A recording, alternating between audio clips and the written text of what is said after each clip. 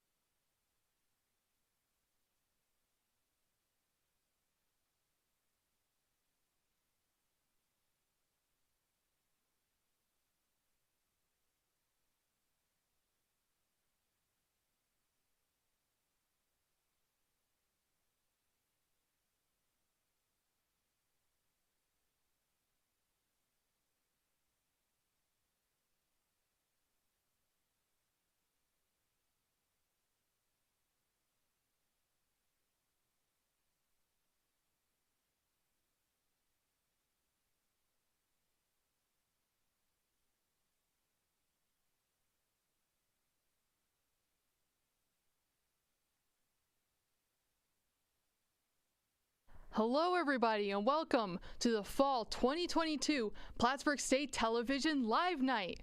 I'm Haley Olson, PSTV's executive producer, and we have a great show for you today. We will first start with a special newscast specifically showcasing local news stories and SUNY Plattsburgh students' work, all put together by our great news director, Josh McLean. Then, we will dive into a game of the murder mystery game show, Double Down, produced and hosted by Darian Biviano. After that, we will have a segment from Upstate Unsolved, produced and hosted by Wettergreen, who will be talking about the crimes he has found most interesting. Next will be a throwback to the competing highlight reel show GSPN, produced by Jeffrey Koff and Aaron Smith.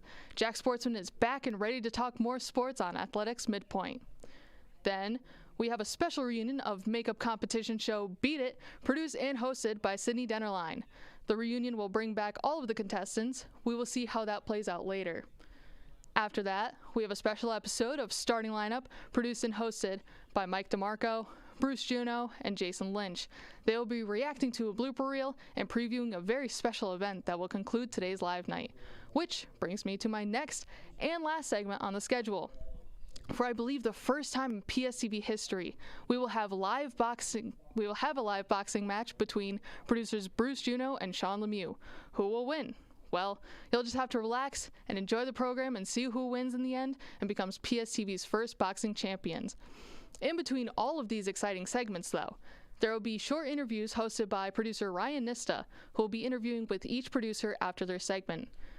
But before we go into those, I would like to introduce my good friend Jeff here, who is going to be Spring 2023's executive producer, which he just found out right here on the air.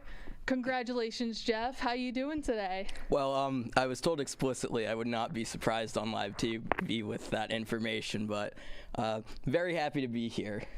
I'm glad. So, what are you most excited for tonight? Well, we got some great programs tonight, and I've been able to see a lot of the shows be produced for their episodes that have been airing on cable and YouTube. So being able to see how the different producers take their shows and incorporate it into a live format, I think is what I'm most excited about. Awesome. Is there any segments that kind of jump out at you at all for tonight's program? Well, I'm a little biased. I think the GSPN segment, Athletics Midpoint, will be one to watch. But beyond my own segment, I definitely think the boxing match is going to be something worth watching. Yeah, I think we're all pretty excited for the boxing match. I mean, I'm excited for, I think, every single segment we have going tonight. Compared to, last live nights, you've been a participant in the last year of live nights, correct? Correct, yeah. I've had shows in the past 2 live nights, and I'm doing one today too. Awesome. And you'll hopefully be doing one next semester too. That's 2 years of live nights under your belt. Yeah, there's a reason I want to be involved with all these live nights. It's a lot of fun to do behind the scenes, and I just hope for the viewers at home it's a lot of fun to watch. Awesome. And we got some interview segments as well. Any tips on what Ryan could even be as an interviewee or interviewer, I should say? I've known Ryan for a little bit now and have seen him anchor some newscasts, and Ryan's pretty talented. I think he's got it covered. Just you got to remember how fun this all is, and that with live TV, there's a lot of stress that goes into it. But at the end of the day, it's just a lot of fun and a great opportunity we have here. So for Ryan, if I had to give him any advice that he does not need, but any advice would be just, talk to everyone about how fun tonight is and the opportunity. Yeah, absolutely. I definitely agree with that. We have a local newscast coming up, right after our intro here. And I hear it features a package that you have made as well. Yeah, PSTV's news director this semester, Josh McLean, has been doing a phenomenal job incorporating local stories. A lot of the time for our newscasts, it's international or national stories, but we've brought it back to Plattsburgh a little bit this semester, and it's been a really nice touch to the news and something that will hopefully continue. So glad to see we have a newscast with even more local stories in it than usual. Yeah, absolutely. I'm very excited to really just make Plattsburgh a big part of the newscast today, and hopefully in the future we'll have some more packages to show as well. Yeah, we are Plattsburgh State TV after all, and it's nice that we're able to inform the community. Yeah, absolutely. And then after that we have Double Down, the live show of it. How do you think that's gonna go with the murder mystery game show type of style? Murder mystery type games can get a little intense, so I'm excited to see the intensity of live TV mixed with the intensity of a game like that mixed together. So I think it'll be a treat to watch. Do you have any idea who's going to win? Is it going to be the murderer, or is it going to be the good team? I gotta, deep down in my heart, I gotta root for the good team. Yeah, I hear they're going to be quite the majority this game. There's only going to be one murderer, and that would be only the only bad side of this game. So the rest is good. So, we'll see how that plays out. Yeah, Darian's done a great job with his show, and glad to see him being able to make it and stick with it. And he's been doing a great job, and tonight is another step in that. Yeah, absolutely. And then after that, we have a segment from Brendan Wettergreen's Upstate Unsolved. He's going to talk about the crimes he finds most interesting. What's the crime you've heard that's most interesting to you? Ooh, put me on the spot for this one, Haley. Throwback to Camden Spicer's show. There was a story for the viewers at home. I'm a big baseball fan. That's a part of the GSPN segment you'll see in a little bit. And there is a story of a team who used an illegal bat, and it got confiscated by the umpires. And after the game, they sent one of the guy's teammates who got the bat confiscated into the rafters to sneak into the umpire's office and get the baseball bat and swap it out with a new one. And the only reason they got caught is because they swapped it with a bat that looked nothing like the one they took. Interesting. Yeah, I wonder if they would have gotten caught if the bat looked the same. And then, of course, after that is your segment, GSPN. Any sneak peeks for the audience on what they can expect from Athletics Midpoint and Jack Sportsman as a whole? Well, as you know, I could talk about this for a while, but I'll keep it brief. At Athletics Midpoint and GSPN as a whole started as something that was just a backup segment, something I came up with in the middle of the night one day, and it really has turned into something special. And although he couldn't be here right now, Aaron Smith was also a big part of that, being the co-producer along with myself for all of the highlight reel and having his blessing to do the Athletics Midpoint segment, and even getting him involved with it really meant a lot to me. And I'm really looking forward to it. A lot of my actors from GSPN said they wanted to come back and do it, and I certainly felt like it was a creative challenge, so it worked out for everyone, and I'm glad we get to do it today. Yeah, I'm really glad to see it. Very excited for the return of Jack Sportsman myself. And I believe after that we have the Beat It reunion. How spicy do you think the contestants are going to be with that? As someone who helped send one of the contestants home, I hope I'm in the other control room during the Beat It reunion. No, jokes aside, it's competition, but the people that I know who are in it are good people, have fun with it, and I'm hoping they just get some nice drama. Yeah, I'm definitely expecting some spicy comments from even old contestants to the current contestants and so on. And then after that, Oh, what do we have after that? I believe starting lineup. Yes, is that's after right. That, previewing Starting lineup. the boxing match, and the starting lineup guys, I know very well. They did a lot of work for Highlight Reel as well, and they put on a great show and have really been grinding to make sure they could keep up with sports news. And you got to hand it to them. What the audience at home sees is a lot more work that goes into it than the 20 minutes of show. And for them to be able to do it on such a frequent basis really is impressive because it's not easy.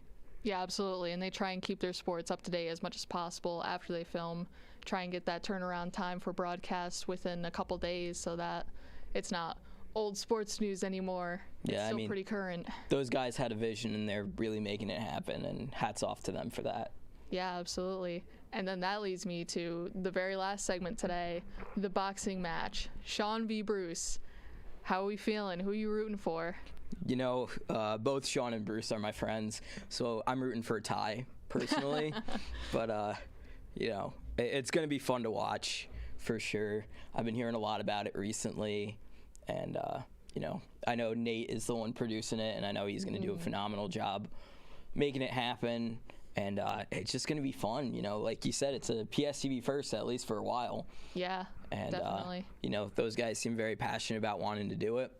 And they get to do it now. And it's going to be fun to see play out. Absolutely. And hopefully no one gets too hurt. Wow. We want a fair fight. Fair fight where both the managers can come out and shake hands at the end of it. Absolutely. Yeah, yes. But knowing Shawn and Bruce, that's not a concern. Yeah, absolutely. Yeah. All right. That is enough banter for now. Thank you for joining me, Jeff. And we will begin our local news segment in just a few moments. So sit back and enjoy the show.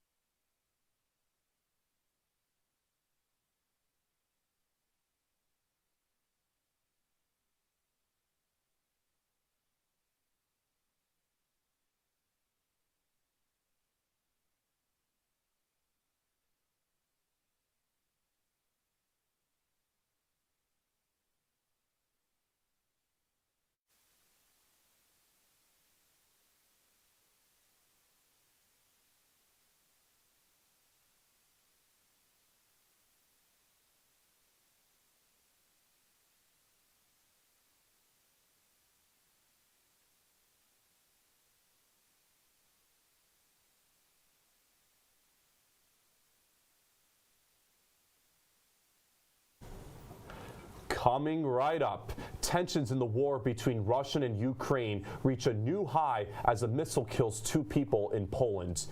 Donald Trump announces his 2024 presidential campaign. And Mitch McConnell will stay on as GOP Senate leader. Plus a look at your Plattsburgh weather and entertainment news. Today on PS News.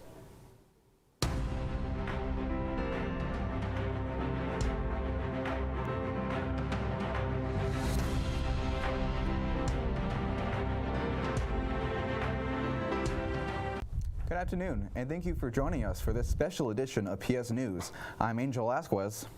And I'm Benny Nazai. Our top story today. The Zone 9 Police Academy trains recruits for police agencies in Clinton, Essex, and Franklin counties.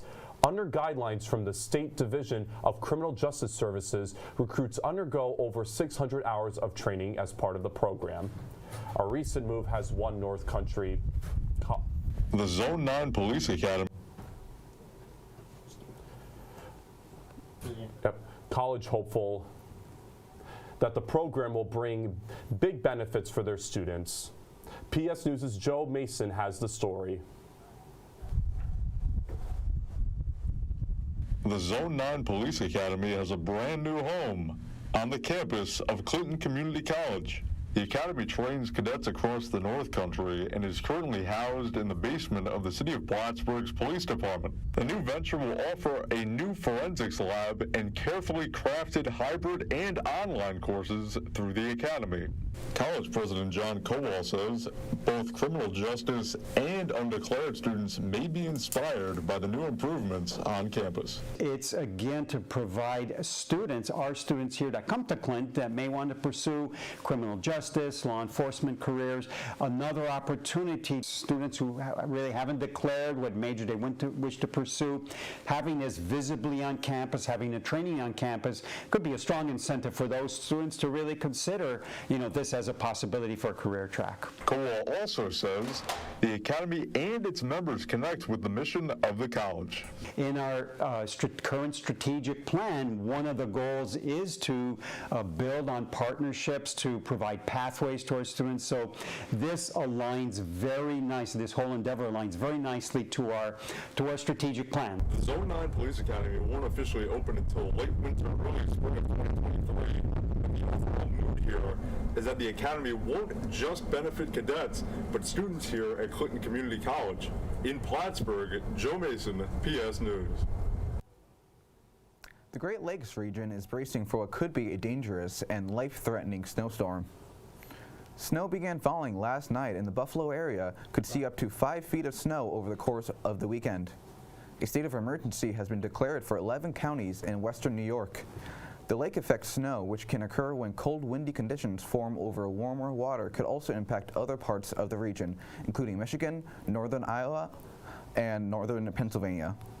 Because of this storm, the NFL has moved Sunday's Bills game against the Cleveland Browns from Buffalo to Detroit. Officials are encouraging residents to take caution this weekend and have already closed several roads to traffic, including parts of the New York State Thruway. A new program is being set to make college in the North Country more affordable for students outside the Empire State. PS News' Jeff Koff has more. SUNY Plattsburgh recently announced they will match tuition rates from schools outside New York. Students from 8 states are eligible to attend the university, paying the same amount if they went to a state school. A Cardinal from New Jersey shared his experience paying out-of-state tuition. Well, it's definitely changed over the years. When I first came here, I think it was probably, the gap was closer, but as I've gone through up to my senior year, my tuition has gotten much more expensive than I've noticed other students when we've talked about it that attend here from New York. The program applies to incoming first-year students to incentivize them to attend the North Country University. I think it'll probably encourage more out-of-state students to come here. The tuition match program starts in the 2023-2024 academic school year. In Plattsburgh, Jeff Koff, PS News. The Manhattan District Attorney is vacating 188 misdemeanor convictions connected to the work of 8 New York police officers. According to the DA, the officers observed their power, thereby tainting the convictions and violating due process rights. The arrest took place between 2001 and 2016. More than half of the sentences resulted in fines or incarceration. New York's police commissioner said the 8 officers cited by the DA's office are no longer employed by the NYPD. Now, investigators are still reviewing more than 1,100 cases tied to 22 former NYPD officers convicted of crimes. A downtown Plattsburgh staple is using the power of art to make a difference for furry friends in the community. Zara Farrell reports. Here at the Coffee Cat Espresso Bar, they are having an art show to help support and give back to the community of Plattsburgh. Local artist Shawn is selling his work for $20 a piece and auctioning off his painting, which expresses his take on Van Gogh, here at the Coffee Cat. Half of the proceeds made will go to the Cat's Meow Animal Rescue and Welfare Services, where they spay, neuter, treat, and house stray cats. I was like, well, what's something I can do to help them? And I didn't really even realize the extent of what they did. I thought it was just their shop, but really they're involved with animal welfare services, and they adopt cats out at the PetSmart. The Coffee Cat Espresso Bar has been around for a long time, and the people there feel that it is very important to do what they can to support the community. So the Coffee Cat has very much been a community-based place. When my mother-in-law has owned it, she owned it for 24 years, and she made sure that when we took over that we were going to continue that. It's something that we feel really strongly about. Really, it's just about getting people involved and helping out anyone. The art show here at the Coffee Cat raised $185 for the Cat's Meow. The next event will be held on November the 19th. For 458 News, I'm Zaire Farrell. Now, coming up after the break, your Plattsburgh weather, plus a look at some entertainment news. Stay with us, folks, on Live Night.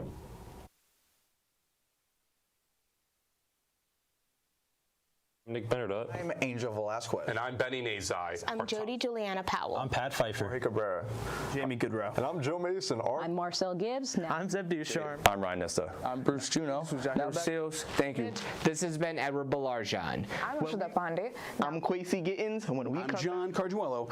To stay up to date with PS News and all of Plattsburgh State TV, be sure to follow Plattsburgh State TV on all social media platforms. Downer is a great option for students just because, one, you get your late night option. It's open, all day during the day.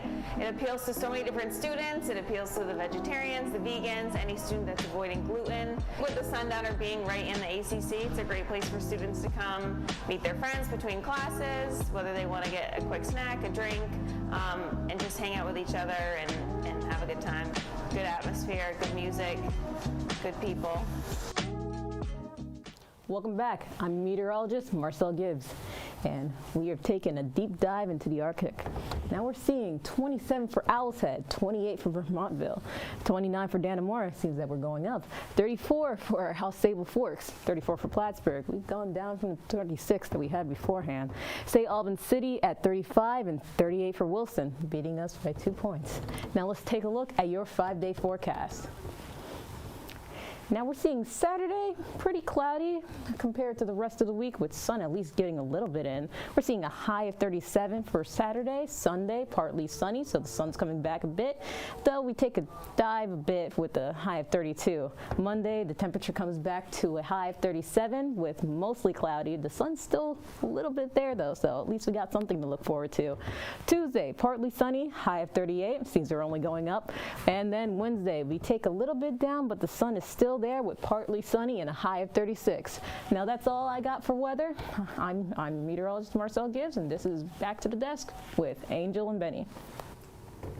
Thanks, Marcel. This year's U.S. Capitol Christmas tree arrived at Joint Base Andrews in Maryland Thursday. The tree, a 78-foot-tall red spruce, was harvested from Pisgah National Forest in North Carolina Wednesday. It's an early 1,000-mile journey with outdoor community celebrations along the way. For the past decade, the Capitol tree has made Joint Base Andrews its final stop, being delivered Washington, D.C. When it reaches its final destination, it will be decorated with ornaments and tree skirts handmade by North Carolina's. Now let's take a look at what's happening in the world of entertainment with your PS Entertainment update. Here's John Cargello. Thanks, Benny. Last weekend, the Plattsburgh State Theater and Music Departments presented the musical 9 to 5, based on the 1980 film starring Dolly Parton. PS News' Nick Bennerot was in downtown Plattsburgh to catch the show. Nick? Thank you, John. I am standing outside the Strand Theater where 9 to 5 will be performed tonight. The Strand Theater was originally built in 1924 for vaudeville performances. In 2004, the North Country Culture Center, later to be called the Strand Center for the Arts, purchased the theater and began to restore it to its former glory. The students involved with the production have been working closely with their co-directors Beth Glover and Julia Devine to bring the show to life and send a message. Well, it is quite a crowd in there. Looks like we have a good audience for tonight. A lot of audience members were looking forward to the show. I'm sure you're looking forward to it as well? Yeah. All right. The show 9 to 5 explains how women were and continue to be treated in the workforce in a fun and comical fashion. After the show, we were able to catch a few audience members before they left. What did you think of the show? Amazing, really. I thought it was great. It was real upbeat and a lot of talent. Singing was great. I thought it was fabulous. Yeah? Yeah, the students did a great job. We were very, very pleased with it. Yeah. Very good. We were able to speak with some cast and crew members about the show and its message. Fight for what you deserve in the world and the workplace. 3 women who are have different lives and are trying to move up in the world and take down their awful boss. It was very professional, very fun, and we took our times with things. I didn't feel rushed at all, and I just had a blast the whole time. We were surprised to learn that one of the main cast members suffered a leg injury 2 days before opening night. The cast member who suffered the injury explained how that was resolved. The whole cast has been very accommodating, as well as the crew and the Strand and the directors, about how we're going to make this work and how we can still make the show as great as it can be, even with something like this. And with that, back to you in the studio. Thanks, Nick. Ticketmaster shocked legions of Taylor Swift fans by announcing it is canceling ticket sales for Friday. Swift's 2023 Eras tour has set an all-time record for single-day concert ticket sales on Tuesday. But now Ticketmaster is calling off today's public sale due to extraordinarily high demand and insufficient remaining ticket inventory. The problem seems to be with Ticketmaster's Verified Fans system, which is designed to offer pre-sale codes to real fans and weed out bots. In a blog post, Ticketmaster says it has been plagued by a staggering number of bot attacks, as well as fans who didn't have invite codes. It's not clear when or if ticket sales will resume. With your PS Entertainment News, I'm John Cargello, and now back to the desk with Angel and Benny. Well, hopefully those Swifties can get their tickets. Thanks, Shawn. Well, unfortunately, that's all the time we have for this afternoon. Thank you so much for joining us on Live Nights. We have some great programming coming up for Live Night, so please stay with us. Up next, we have our live round of Double Down, our murder mystery game show. I'm Angel Velasquez. And I'm Benny Nazai. As always, thank you for joining us, and have a great day, Plattsburgh.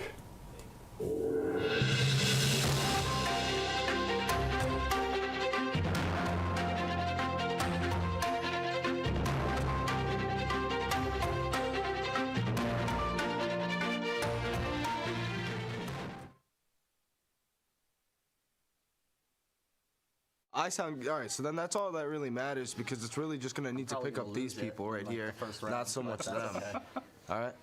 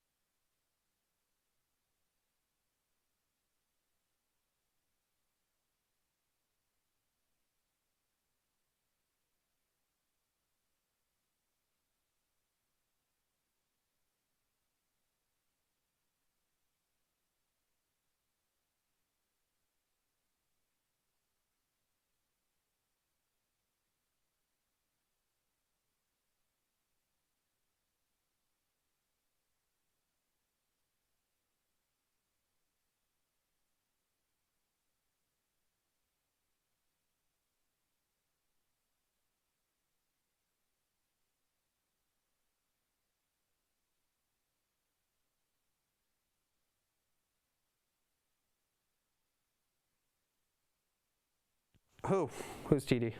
I'm asking you. Anyone can be TD as long as they know what they're doing. Let the best man or woman. I can do it. Whatever. Or they them. Or they them. Or sorry. No. Best person.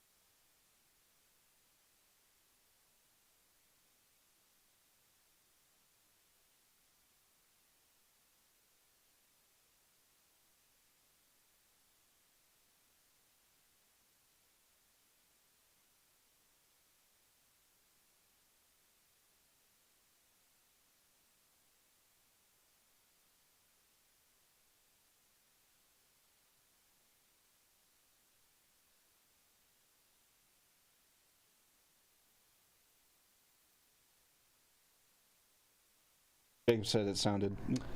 Hello and welcome back. My name is Ryan Nesta and I have our news producer Josh here with me to talk about his segment. So Josh, what made you come up with your idea for your segment today? So for news, we wanted to do something a little different. We wanted to try and get in as many local student-produced packages as we could. So I'm really glad we got some great material from some of the students in 458. So yeah, we were really excited to have that as part of the newscast and be able to showcase those today. So yeah, I mean, of course, news is always live, so this is nothing new for you. But well, yeah, I mean, a little different and has its own challenges. But yeah, I think it went pretty well. Good. And the day so far has been going good for you? Nothing for the most part? Little hectic, there's always hiccups, some technical things. We had some issues with audio, so not sure how it sounded for you at home. Hopefully was all right, listenable and understandable at least. But we're trying to get those sorted out through the day, so hopefully everything else goes smoothly. But that's part of being live, and that's part of the learning experience is dealing with those things as they come up. So, yep. What are you most excited for in the rest of the lineup of shows? Well, I'm definitely excited for the next thing we have coming up, which is Double Down, doing a live game. I've been on Double Down a couple times now, and unfortunately, not made it through. Got killed before the end, but it's always a lot of fun. So looking forward to seeing that, and yeah, everything else that we have on the schedule. Yeah, we've definitely got some great stuff coming up. So. All right, well, thank you for being here, Josh. And coming up next is a live game of Double Down that you won't want to miss. Stay tuned.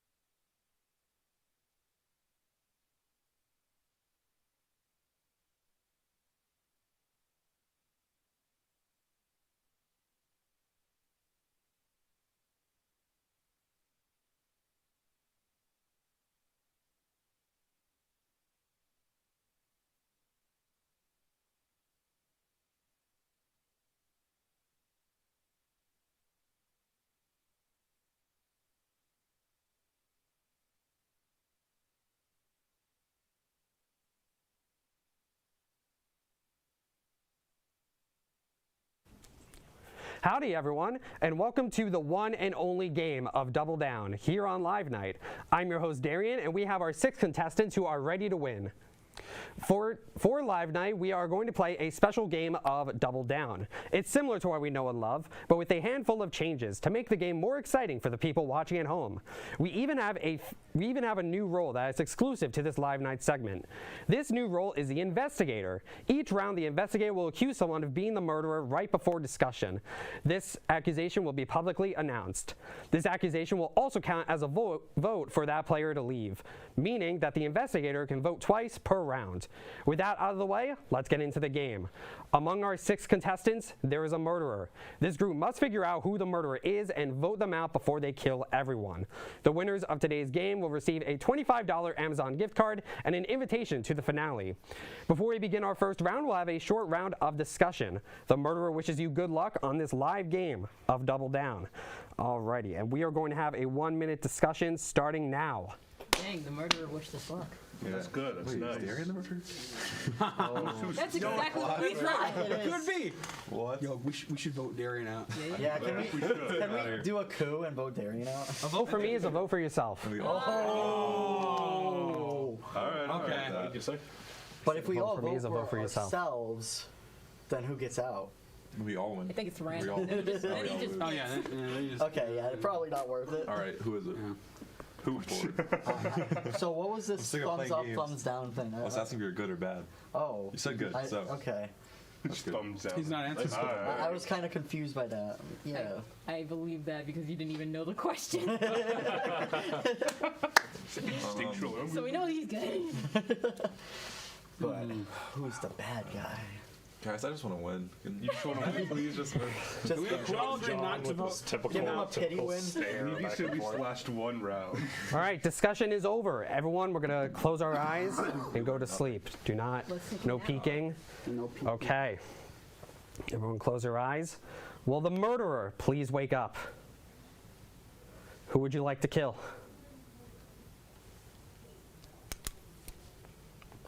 Thank you, murderer. Will the doctor wake up? Who would you like to heal?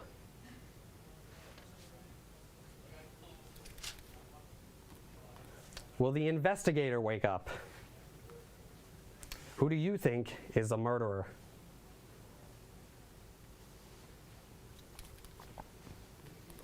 Okay, thank you, investigator. Will the psychic wake up?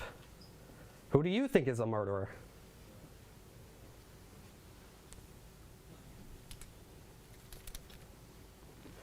All right, everyone wake up. Good morning. How are y'all doing? Pretty all right. Finally, somebody agrees with me. Wake up, It's always waking morning. up already? Finally. The murderer has attempted to kill someone. Luckily, the doctor healed them. Oh, thank You're God. all safe. I have word from our investigator as to who they believe the murderer is. The investigator believes that the murderer is John. What? John, no. Makes sense. We will have 1 minute of discussion starting now. Is it true? Is it true, John? No, it's not true. So, what's your evidence? He asked me the same question. Explain yourself. Explain. I wish we knew who was good. I mean, the doctor saved tried someone. to get killed. So, I feel like the murderer was targeting me. I don't know. I was scared. Thank you, doctor. Scared. Thank you, doctor. Okay. Listen, I mean, I feel I'm pretty scared, safe right okay? now. Just letting us know that. You feel safe? I'm a safe You should have guy. brought the pickle costume. I should have. I really should have. I would have trusted you a lot more if you hadn't picked a costume. It's underneath. It's underneath. Pickle Harrison. Is this So, all right. Anyways, back on topic. So, why do we think You're being a John's lot the quieter murderer? this episode. Yeah. New Yeah. strategy.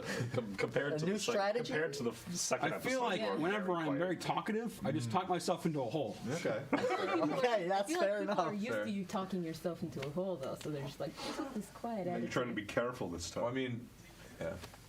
Well, So yeah, you already have because two I don't want to votes. be voted out because I want to win. And I don't want to be killed because I want to win. But like we all want to win. So 20 more that, see, seconds. you see the problem here? You have bad luck. Why are you No not matter the what murderer? you I do have choose, that. you always go down sooner or In later. this last 10 seconds, why are you not the murderer? because I got a good card. Okay. All right. Okay. That's fair. I like that argument. Some good evidence. Yeah, you might have a point there. Can I steal a card? No. All right, so we have no showing Against the cards. rules. So we have one vote for John. Anyone else want to vote for him? Raise your hand. No one? No. No? All right, who else are we thinking? Any votes for Nick? I think it's him. I could double down on Nick. All right, so that's a vote for Nick. You gotta raise your hands, guys. I'll double down on Nick. 1, 2, 3. Sorry, Nick. This thing's being quiet. More unusual. Okay, votes for Marcel. Anyone? Yes? No? Ouch. Hey, you were a murderer last time, so. Votes for Ryan? Anyone? All right, votes for Jason. That's a pity for me, that's what it is. And votes for Harrison. It's 3-3. Okay, I guess Nick is out. The House believes that Nick is the murderer. Sorry. I'm sorry. Now I look back, someone that voted first, and you guys just followed the. All right. Farewell. Yep. We'll try not to fall on anything. It wasn't personal, man. I was gonna very root for you, and then you impersonal for me. voted for I me. still think. So The House believes that Nick is the murderer. The conclusion is incorrect. The murderer is still on the loose. Oh no. We're going to begin round 2. All right. So everyone go to sleep. All right. Will the murderer please wake up? Who would you like to kill? Okay. Murderer go back to sleep. Will the doctor please wake up? Who would you like to heal? Thank you, doctor. Will the investigator please wake up? Who do you think is the murderer? Thank you, investigator. And will the psychic please wake up? Who do you think is a murderer? All right, everyone wake up. Oh, God. I was scared. The murderer has attempted to kill someone, but luckily, the doctor has healed them. Oh, this doctor is the best. right. God to your doctor. 1 minute of discussion starting now. Must have gone to some good med school. Yeah. Hell yeah. Also, the investigator is dead, so there's no lead on the murderer. Forgot to mention that. Investigator's dead? Oh no! He was good. I mean, he was a terrible investigator Now anyway. it's He was on Alright. He was on the John. Okay, so what are the odds? He was on the Marcel's job. murderer 2 games in a row. That's just not. It's probably very very unlikely, right? Probably very slim. There's Yeah. 6 rolls though. It's at least I don't know. 1 in 6. thing is, Are you murdered? You're not? no. It's very ironic as well, because the thing was, I was rooting for Nick, and then he like called me out. Oh, so he called you out. All right, I think I'm just gonna put all my chips on the table right now. I'm the doctor. I healed you, and then I healed him. So I think he's the murderer. Okay. Okay, I can I get think behind he that. tried to kill you too. I think I can get behind that. Originally, I thought you were the doctor, but then I remembered the doctor can't heal themselves. Yeah. So I was Yeah, just like, so- all right. And with that, How would you know I was the? let's get some votes. How would she know if I was the one? Votes for John? I think it's him. Because you're talking a lot. I'll do what John. I'll do what John votes. All right. Because I know it's not you two. Because I saved I know. I'm also going to do John though. John. Okay. Okay, John. Seems unanimous. Yep. You're out. It's impersonal. It's impersonal. I'm sorry. If I'm wrong with this, then one lose of them again. die. No. Well, we know who it is. It's Worst case. Yeah. I'm dead. So if he's not He's the going around. Okay. He's gonna stand in the background. The House believes that John is a murderer. The conclusion is correct. John has been identified as the murderer. Survivors, congratulations. You have won the live segment of Double Down. You Ryan, made it. you got your win! Ryan finally got a win. I was innocent. All right. I was Let's go. psychic. I was innocent. I just, I'll go ahead and read the roles. John was the murderer. Nick was the investigator. Ryan was the doctor 2-0. with some Let's go. god-tier heals. Marcel was psychic, and Jason and Harrison were innocent. Just innocent old bystanders. You guys did great. All right, guys, so it seems that we still have some time left in this segment, so I'm going to go ahead and bring it to a sneak peek of episode 3. So, you know, that's going to be really exciting. So let's go ahead and roll the sneak peek for episode 3.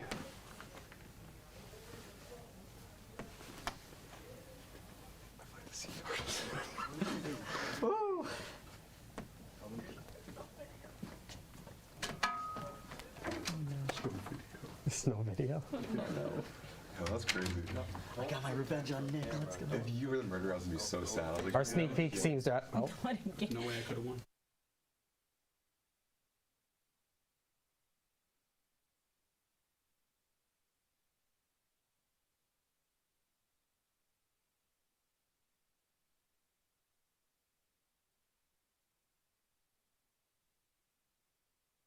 Sorry.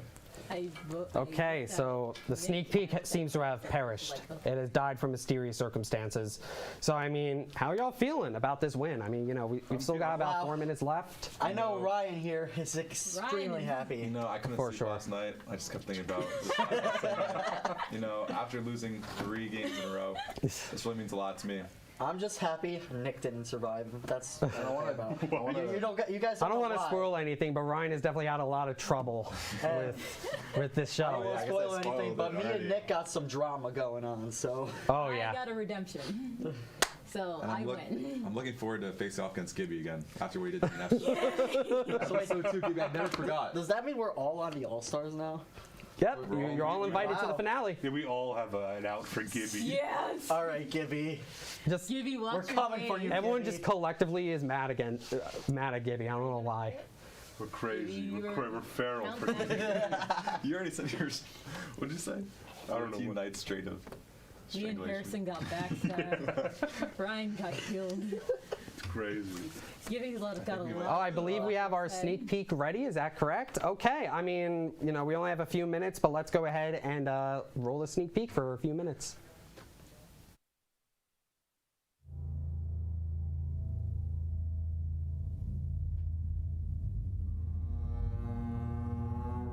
Howdy everyone, and welcome back to another exciting episode of Double Down. I'm your host Darian, and we have our 9 contestants who will be competing for the victory in this episode. The rules for this game show are explained in episode 1. If you haven't watched that episode yet, you can check it out by clicking the card in the top right corner of your screen. As always, we have a good team and an evil team. Among our contestants, there's a murderer, a detective, and many other rules to help each team eliminate the other side. The winners of today's episode will each receive a $25 Amazon gift card and an invitation to our episode 4 finale. Round 1 will begin shortly. The murderer will choose their first victim, everyone will use their unique powers, and some of you will be eliminated. Afterwards, the rest of you will discuss who might be evil and will vote for someone to leave. But before we begin, we'll have a short round of discussion. Use this time to come up with some strategies to win. Best of luck to our contestants on our 3rd game of Double Down. I think we all are in agreement with John. Yeah. All right, well that is pretty much it for this segment, guys. I hope you guys enjoyed this live, video of Double Down, and congratulations to the winner of this episode, guys. We have a lot more segments going on, so it's going to be super exciting. I'm pretty sure we have a boxing match going on. My bet's on Bruce, but you didn't hear that from me. Winning. And yeah, that's pretty much it. So stay tuned because we have a lot more segments coming up, and see you guys after these commercial breaks. Bye-bye. Peace.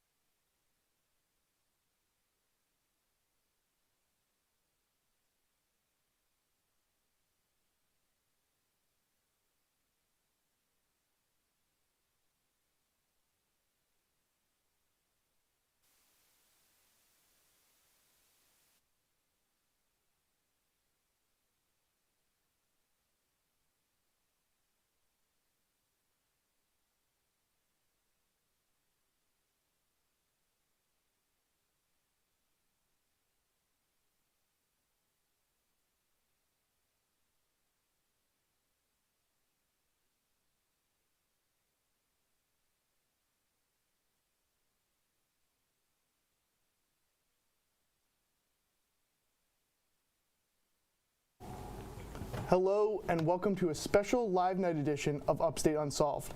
Today we are going to do something a little different from our usual show. Today I'm going to go over some of my favorite unsolved cases that exist outside of upstate New York. I asked you to be my co-host because we share a mutual love for true crime. Oh yeah. Is there a true crime case that kind of sparked your interest in the subject? Oh, that's easy. I would have to say Jack the Ripper. That's a great one. That is a case that I actually studied for a middle school paper. I failed that paper, but I still researched him. And yeah, it was just very interesting looking about an old-time killer who escaped undetected, and we don't know what happened. Like people are still researching what happened.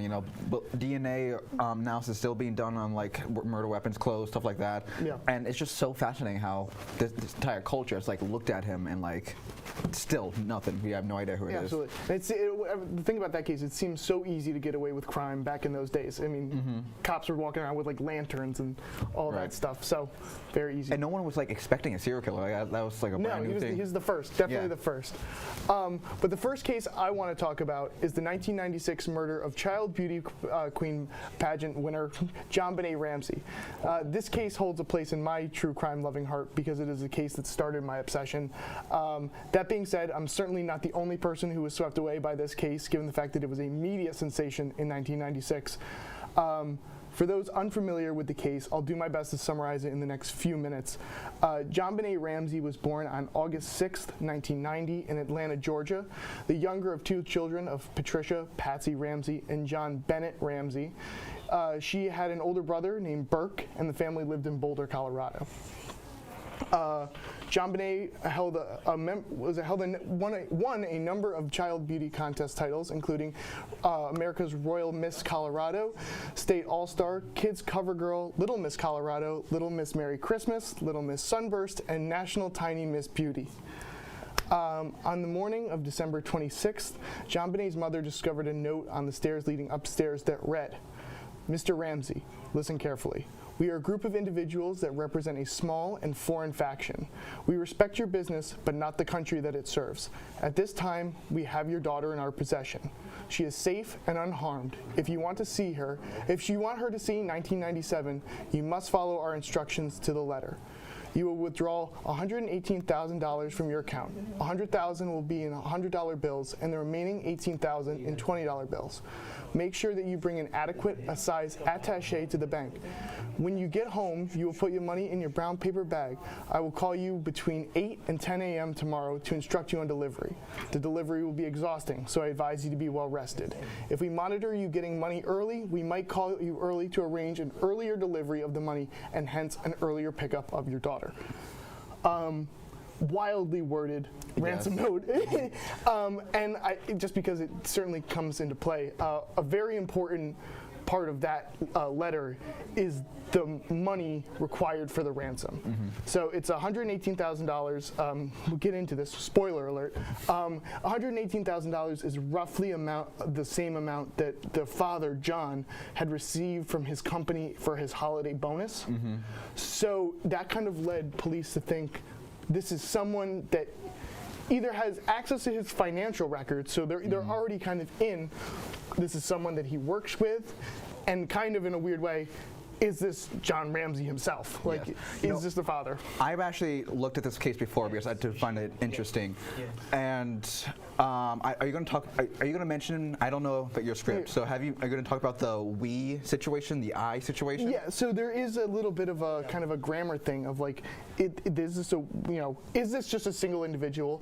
But then they maybe the idea of putting this we represent is just to throw up. I don't think this was multiple people. Because at the beginning, he does say we, but halfway through that letter you just wrote, he says, "I will call you." Yeah. He does say I, whoever this is. Yeah, so he is making it seem like there's a group of people behind the scenes, but I'm the main point of contact. And that, I think definitely probably threw off some of the police a little bit. Upon reading the note, Betsy quickly called the police, who then conducted a search of the house and turned up nothing. During the initial search, police did not search the basement, since at the time they had no reason to believe that she was in the house, hence the ransom note. Before JonBenét's body was even found, there were many investigative mistakes made. Only JonBenét's room was cornered off, so friends and family roamed the rest of the house freely, picking up things and potentially destroying evidence. The Boulder Police Department also shared evidence that they found the Ramseys and delayed conducting formal interviews with the parents. At 1:00 p.m., the detectives instructed Mr. Ramsey and a family friend to go around the house to see if anything was amiss. The first place they looked was the basement, where they found JonBenét's body. John Ramsey immediately picked up his daughter's body and brought her upstairs, which unfortunately destroyed potential evidence by disrupting the crime scene. We'll kind of loosely touch on theories.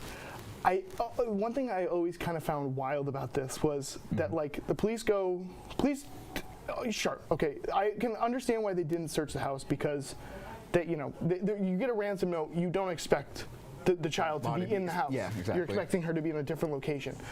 But when the police, but the fact that the police never went in the basement is one thing. But I also think it's kind of peculiar that, like, they instruct the father to go on his own search, and the first place he goes is the place with the body. Right. Like, it's kind of like, if he did have something to do with this, it's kind of like, all right, I gave you an opportunity to to find the body, to do police work and find the body. You failed at that, so now I got to go do it.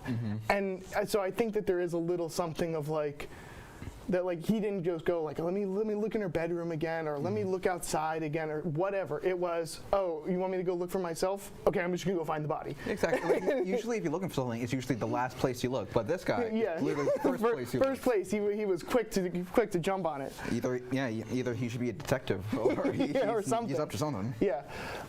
During the autopsy, it was discovered that JonBené had died from asphyxiation due to strangulation, in addition to a skull fracture. Her mouth had been covered in duct tape, and her wrists and neck were wrapped in white cord. Her torso had been covered in a white blanket. The makeshift garret was made using a length of cord and a part of a paintbrush from the basement. The coroner was also found that what was believed to be pineapple in JonBenét's stomach. Her parents do not remember giving her any of that the night before she died, but there was a bowl of pineapple in the kitchen which had her 9-year-old brother Burke's fingerprints on it. However, this meant little to nothing because it's a bowl in a house. The Ramseys maintained Burke was in his home at all night asleep, and there had never been any physical evidence to reflect otherwise.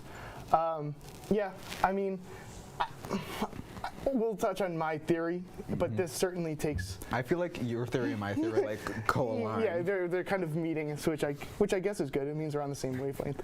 There are two popular theories in the Ramsey case: the family theory and the intruder theory. The initial investigation focused heavily on the Ramsey family for many reasons. The police felt that the ransom note was staged, as it was unusually long, written using a pen and paper from inside the Ramsey house, and demanded an almost exact amount of money that John had received in a bonus earlier that year.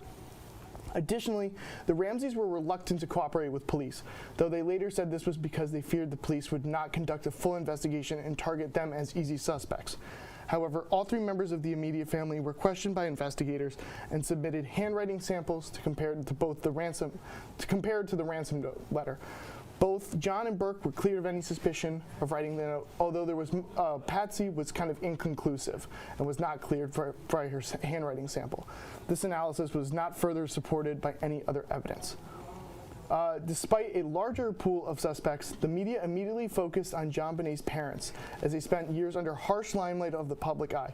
In 1990, a Colorado grand jury voted to indict the Ramseys on child endangerment and obstruction of a murder investigation.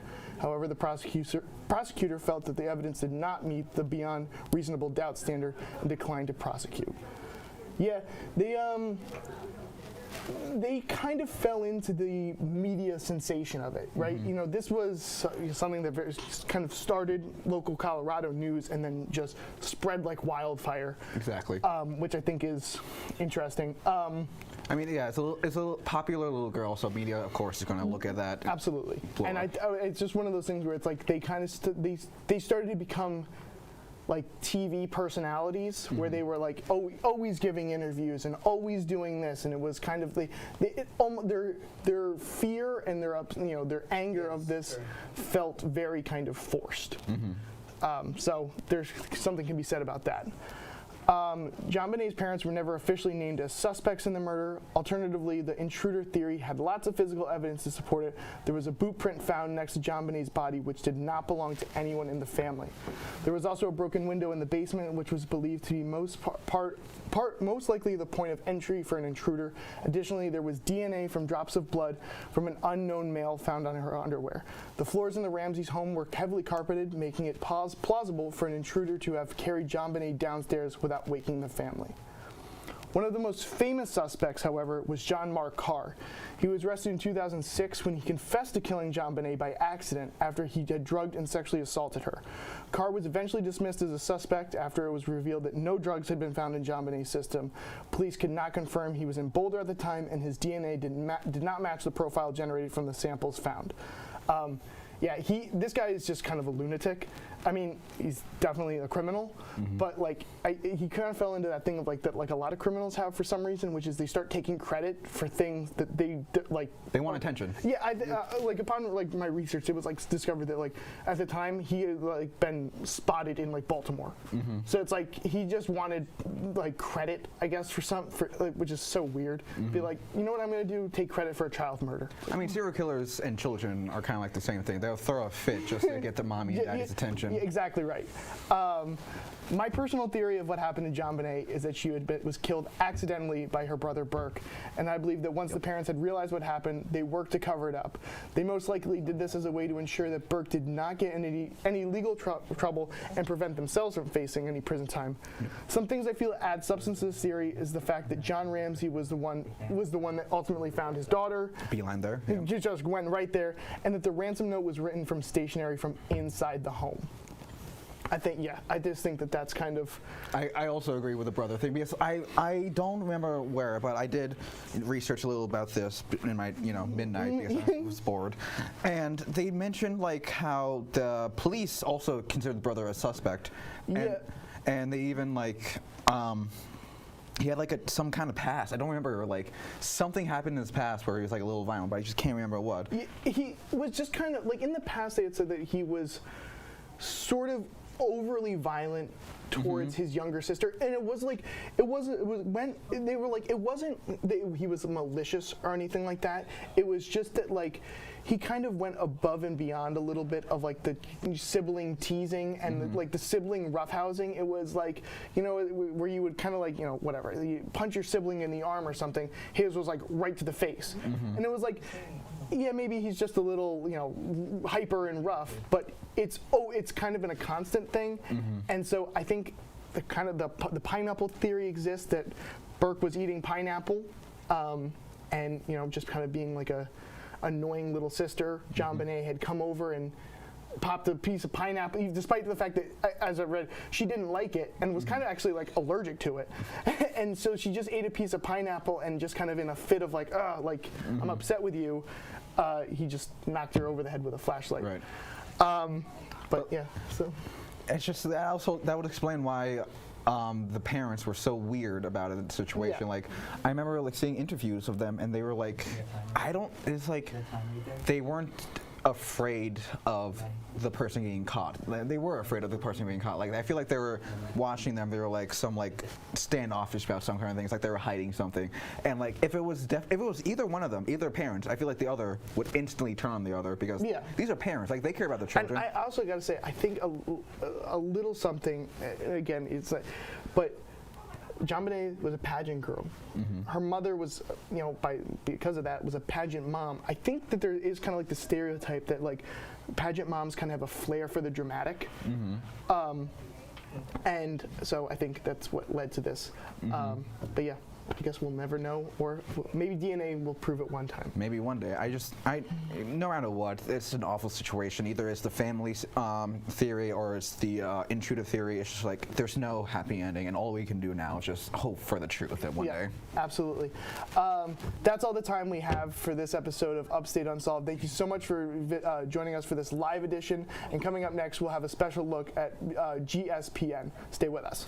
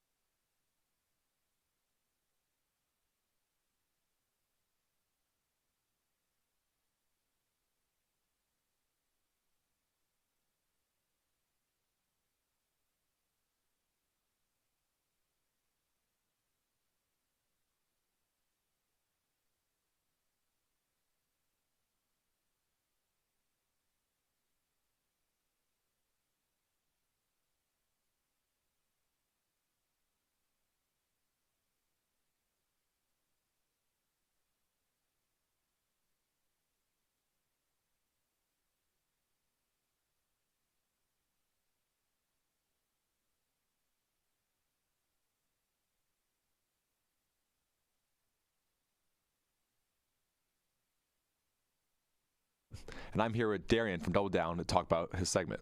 How you doing, Darian? With all due respect, Ryan, I think this is your interview now. Like, we need to talk about what happened in that game, because like not only did you finally get a win after so long, but you played like a god.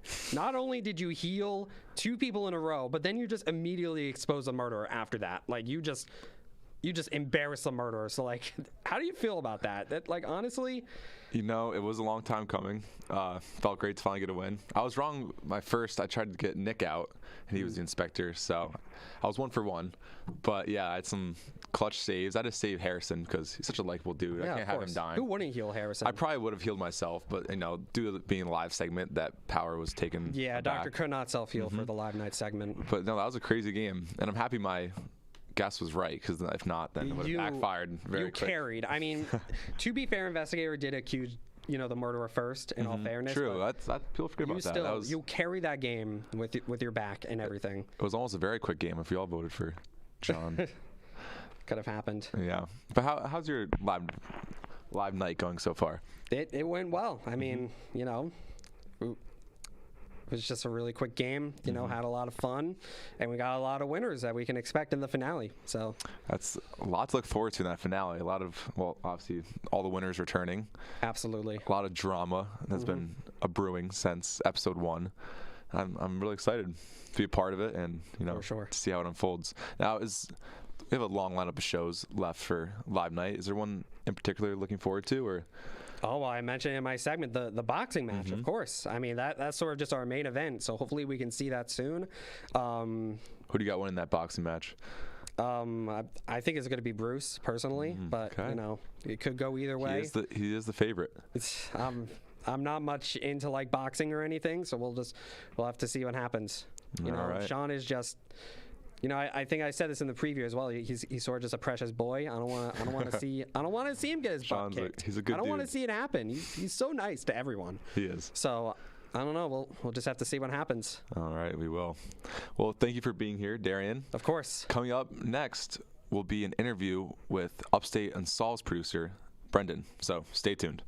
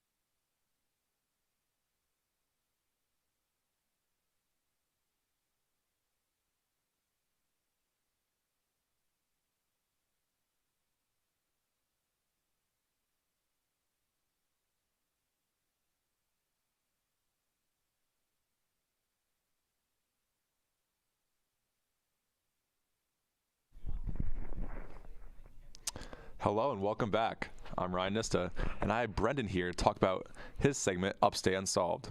So, Brendan, how'd you come up with the idea today for your live segment show? I came up with the idea kind of fast.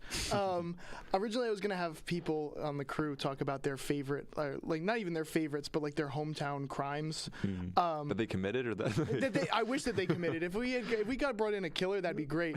No, it was just kind of like their hometown crimes, and then when that kind of fell through, I was like, I usually do kind of extensive research for my episodes, but this one I was like, it's got to be 15 minutes, and we're live.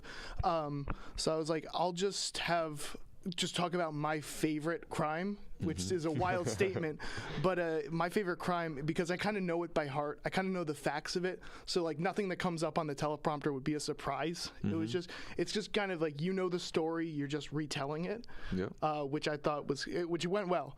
I thought, and Angel, my co-host, we had a great conversation about the case. Great. Now, is there any?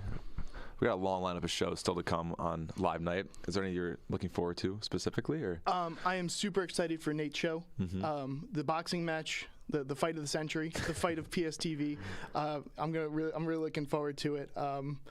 So yeah, that's gonna be great. We're gonna do the reunion of Beat It, which should be filled with a lot of drama. Which he's known for. So that's great. And yeah. It's a lot to look forward to. Lot to look forward to. Well, thank you for taking your time out and coming. Thank you. And interview me. Coming up next is GSPN, and you won't want to miss that, so stay tuned.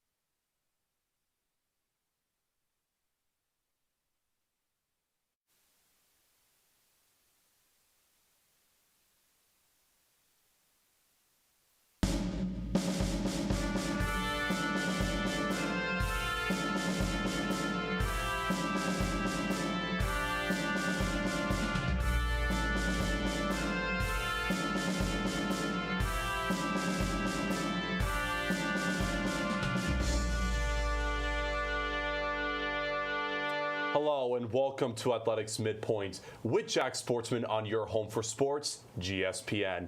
I am the aforementioned Jack Sportsman, and today I am joined by two of my wonderful colleagues. Starting off right next to me here on the desk is Twitter analyst John Johnson. John, I am so glad to have you on the show today.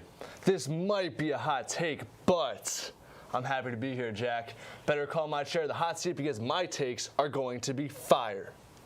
Also joining me today is a 9-time sports all-star and 4-time sports champion. It's the Hall of Famer herself, Allie Oop. Thank you, Jack. Glad to be able to share my expertise with the loyal GSPN audience. It's not every day a Hall of Famer gets to come around here, so I hope you're ready. Well then, let's get right into it with some analysis. Today's first play comes to us from the NFL.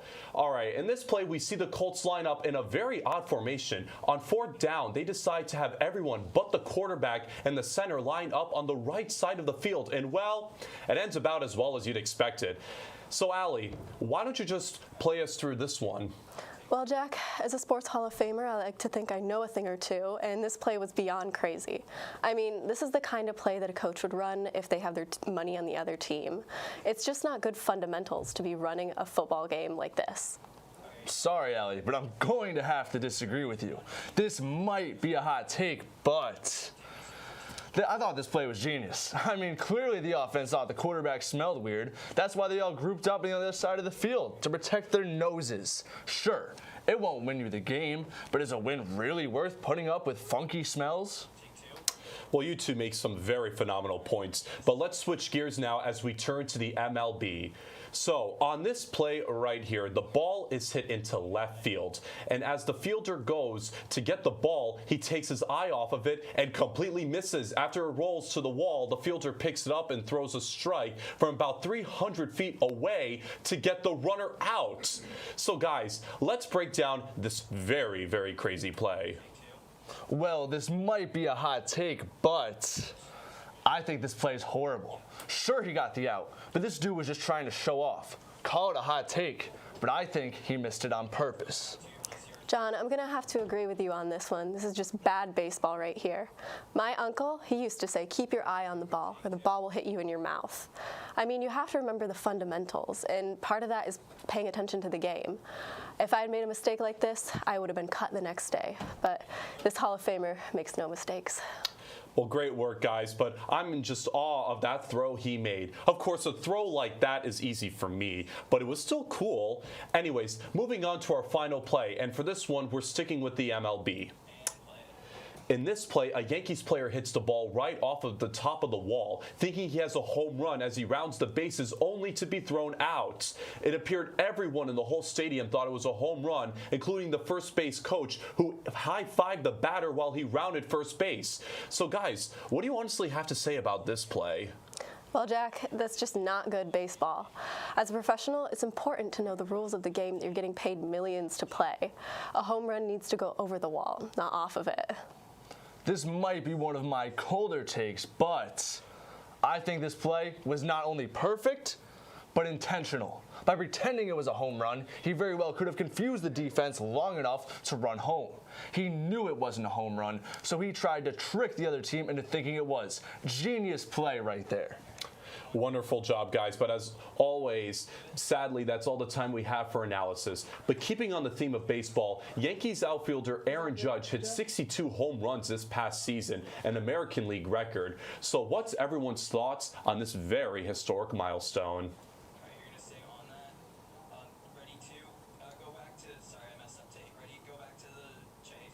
Go back to the desk. Oh.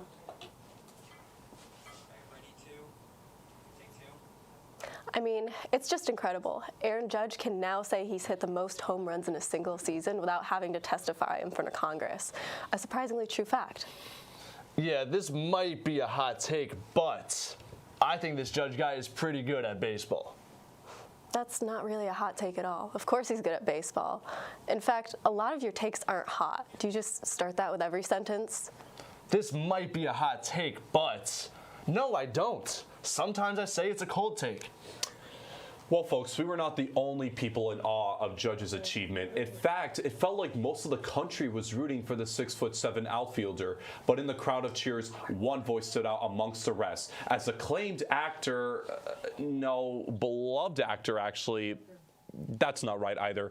Adam Sandler tweeted out his support for Judge. So to further discuss how he felt about this incredible accomplishment, please welcome to the show Mr. Actor himself, Adam Sandler. Hey.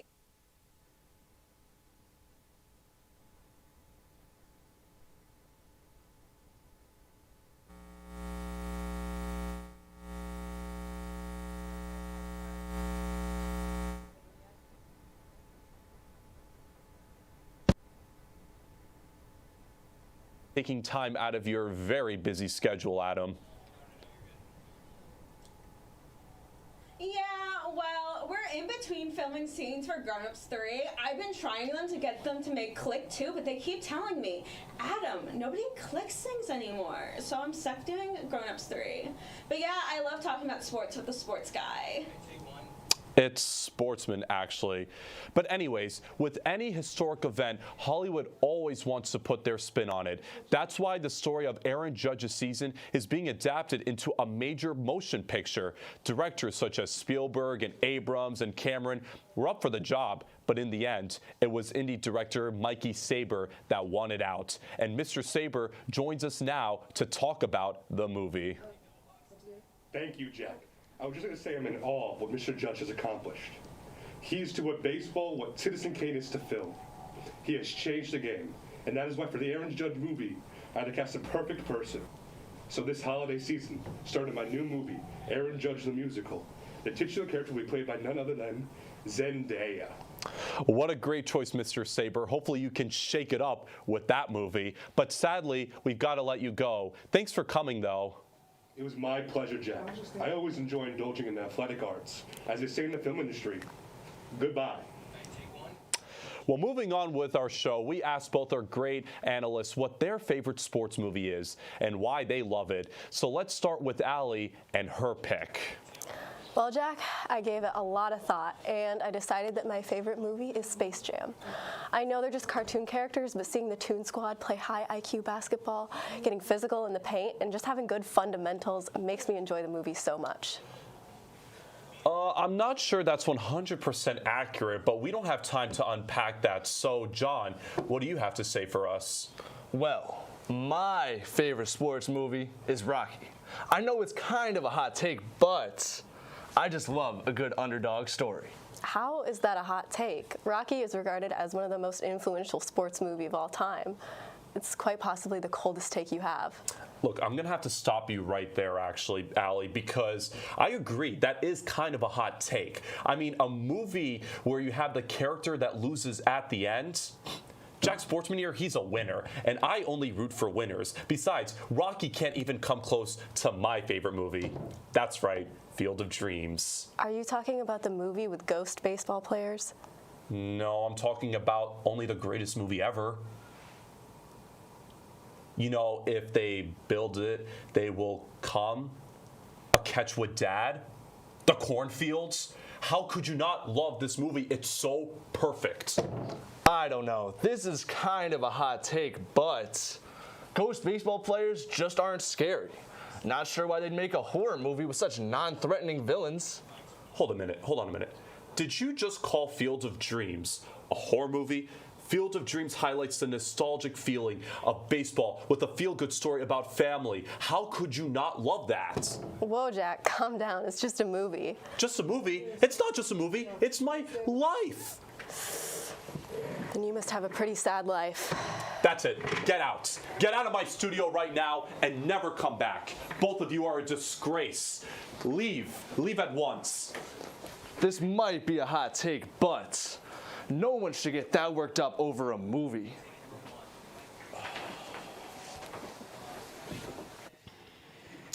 Keep it together, Jack. Keep it together, Jack. You can do this.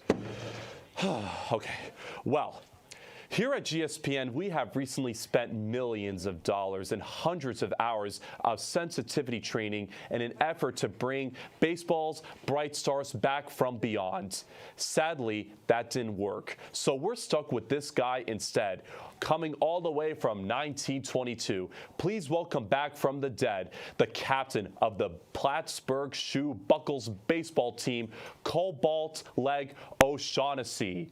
Mr. O'Shaughnessy, welcome to the show. Oh, please. Mr. O'Shaughnessy was my father. Call me Cobalt Leg O'Shaughnessy.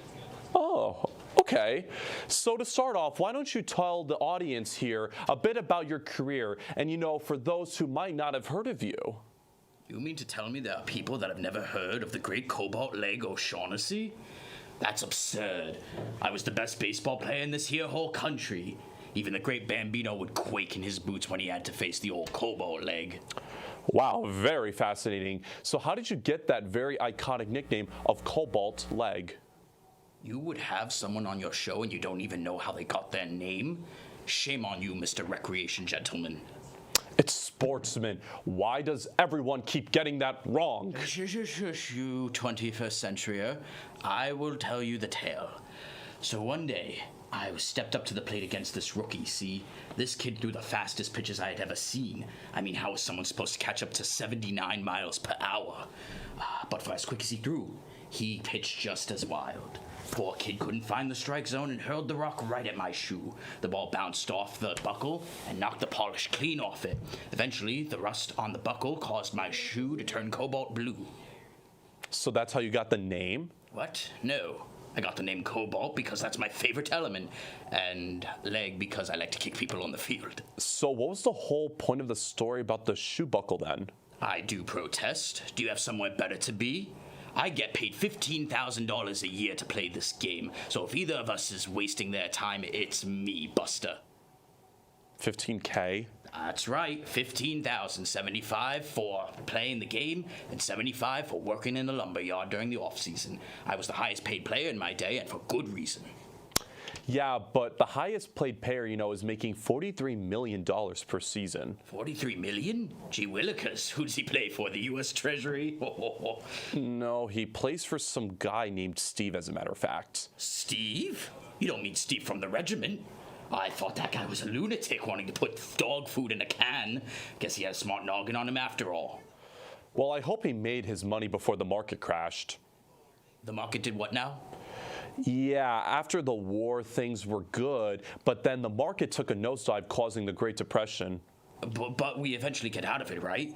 Well, it took a little bit of a while, but after World War II, we were pretty all right. Did you say World War II? I think I've said too much, so we're just going to end it here. Okay, then. Well, that's our time for the show. Thank you all for watching, and a special thanks to the mysterious GSPN Overlord producer for giving me my job back. As always, I'm Jack Sportsman, and you've been watching Athletics Midpoint on GSPN. Stay tuned for Nate's, the show that's got two PSTV managers settling their differences in the ring. But first, Beat It starts in just a little bit.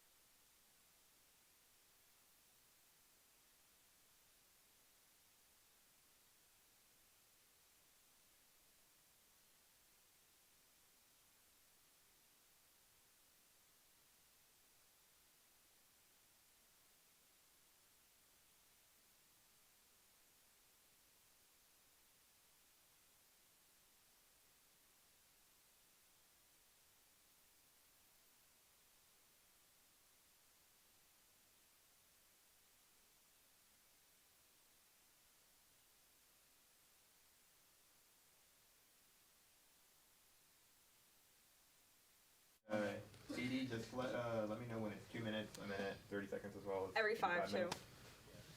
Yeah, and then also 2 minutes.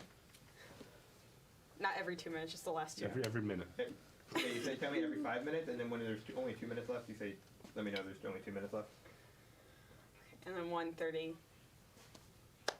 Also, we're doing goodbye contestants, and then I've always wanted to do that. goodbye contestants. It's like a. Or no. Is it goodbye, not good night? Yeah, we're about No, to start, it's guys. not night. We could say We it's can night. fake it. Okay, sure. I'm pretty drowsy right now. I'm feeling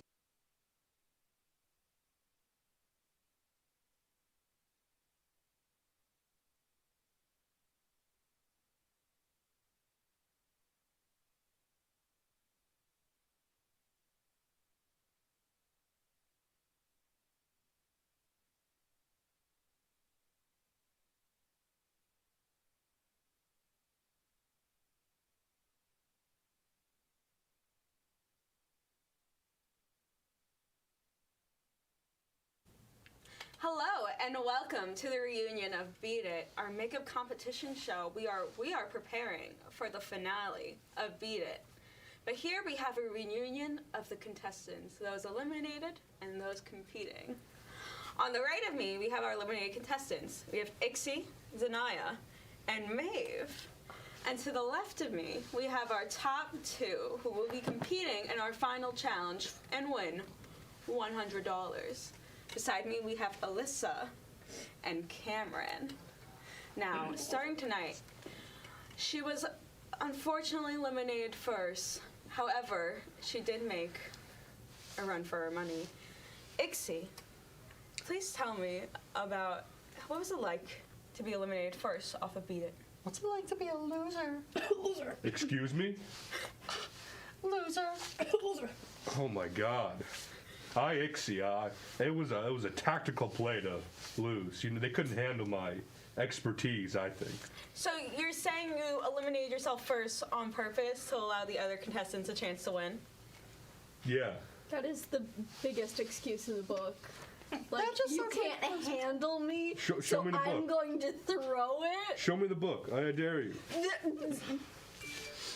Do you want to see books? There are like 17. She probably doesn't even know how to read. Now, Ixie, if I you can read. You said that very like, I can definitely read. Now, That's Leave me. totally not a lie. I can definitely read. Dixie, you're looking kind of sick. Are you feeling okay? I'm doing great. now, Ixie, do you think there's a challenge that you would have slayed if you remained in the competition? Neither. Personally, the first one. Oh, you obviously did not slay, huh? Obviously. I slayed pretty hard. You all should have seen it. I think we should look at the facts. Well, we don't gotta do that. The fact is, Ixie's out. That is true. That's very embarrassing. First one out, to be fair, too. Very embarrassing. First. I'm first in something. First in being a loser. Now, Zanaya, you had a very fiery time during your competition. You had a few beefs with several contestants on the show. Yes, I had a lot of beef with them.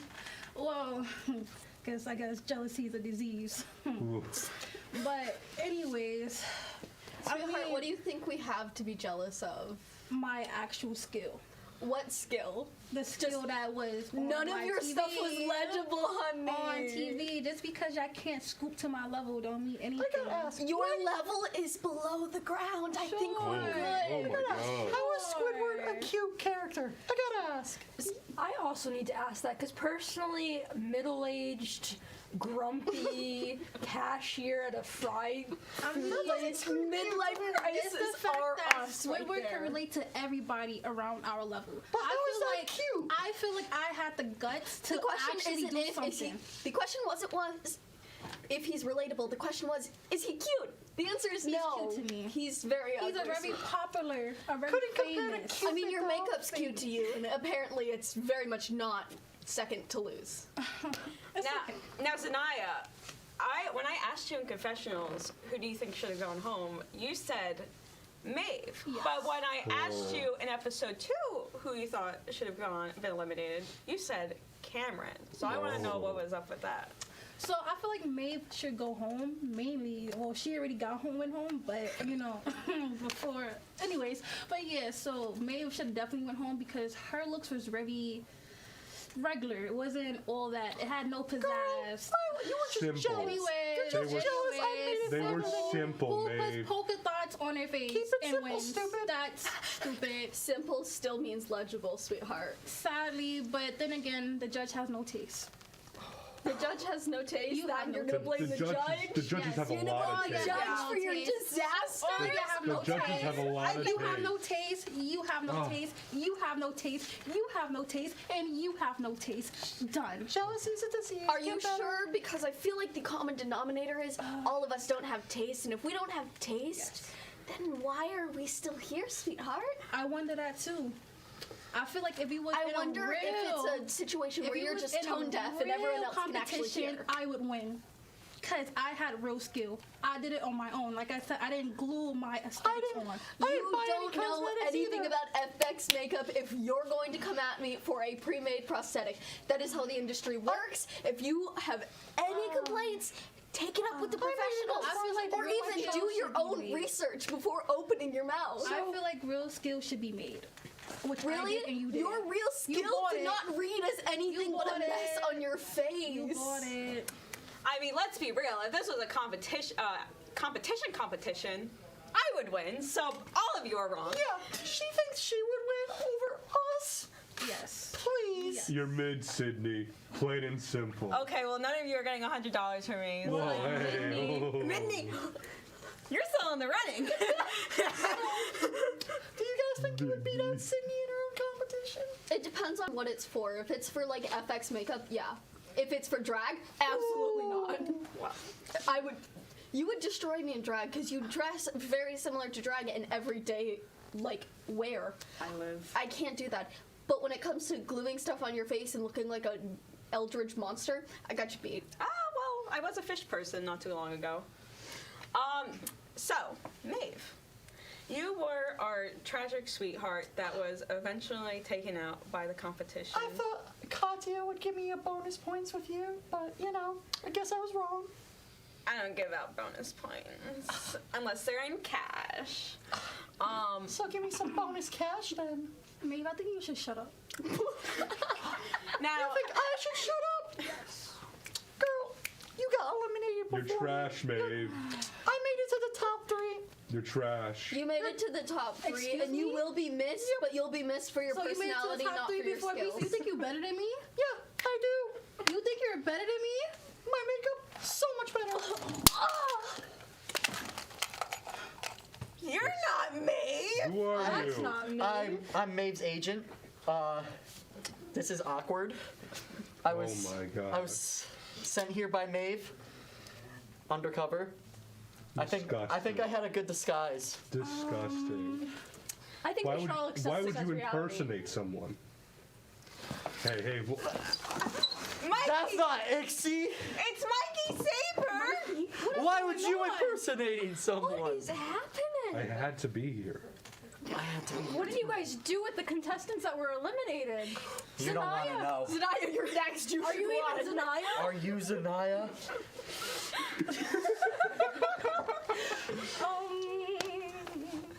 It's probably We should keep going. Yeah. Anyways. I think we should Now, keep going. Alyssa, you had a very deep bond with Maeve during this. I'm not gonna lie, I really miss Maeve. Not for her skills, obviously, but her personality, she made me laugh. Hold up, I'm getting a And call. Maeve says she doesn't miss you. That's okay. The competition doesn't miss her either. I just do because I think she's funny. She's a good person. A good artist? Debatable, but a good person. That's very. See, I'm a Maeve super fan. I'm gonna be honest. Like, I'm. You can tell. You need help. I've been following the show since the first episode, rooting for Maeve, the underdog story. Story's over. She'll come back. She'll come back? What is this? The Walking Dead? She's gonna come back? Conspiracy theory. No. She didn't actually beat it. Now, Cameron, you were pretty confident throughout this entire competition. Do you think that confidence helped you, or do you think you're just that good? Well, I am just that good, but also, if I wasn't, you can just always just fake it till you make it. I tried to be chill, did a little trash talking in confessionals, but keeping a low head has really helped me out. Well, has it? I'm gonna be honest. I'm rooting for Alyssa. Maeve's bestie. They have it in the Can't bag, go I against think. it. I'm not gonna lie, your Ixie cocky speaking. attitude has Ixie made you speaking. one to go down. You built the tower up. Now it's time to meet gravity. Well, it's not a competition about my attitude. It's a competition. No, it's a competition about your skills, and quite frankly, your skills are not up to it. Your lines are sloppy, you think that you're the best, and you cannot take any constructive criticism, and your ideas, they're cute, but they're been there, done that. You have no original ideas. You're taped over Hello Kitty, that has been there, done that. You're painting on your face, that was a huge trend on TikTok. None of your ideas are original, babes. Do you really think you're gonna win? The first episode, you just put squares on your face. The first episode, your lines were barely comprehensible to the point where the judge thought you were old. Like, he may have been totally not qualified to be here, but that doesn't mean that he didn't think you were an old man, Sweet. I don't think his opinion matters, and I think you know that, because if anyone goes back to that episode, you are I hard think he's on him. trash, but if someone who doesn't understand makeup looks at you and thinks you're old, you're not doing it right. Speaking of judges, who was your guys' favorite guest judge this season? Oh my God, Bush. Bush. Oh my God, he's so dreamy. Jack Sportsman was the worst. Jack Saying that Sportsman right now. literally should never show his face in here again. I think Bush was the best. Obviously. Do you have something to say to Jack Sportsman, Alyssa, that you want to say directly? I do. I will find you for your bad takes, and I will show you how to be a decent human being. Meet me in the parking lot. Judge Bush, call me. Call me, Judge Bush. I mean, yeah, that's valid, Judge Bush. Judge Bush. If you get it with Judge Bush, let me know. Say that. Like, I would be so proud of you. Yeah.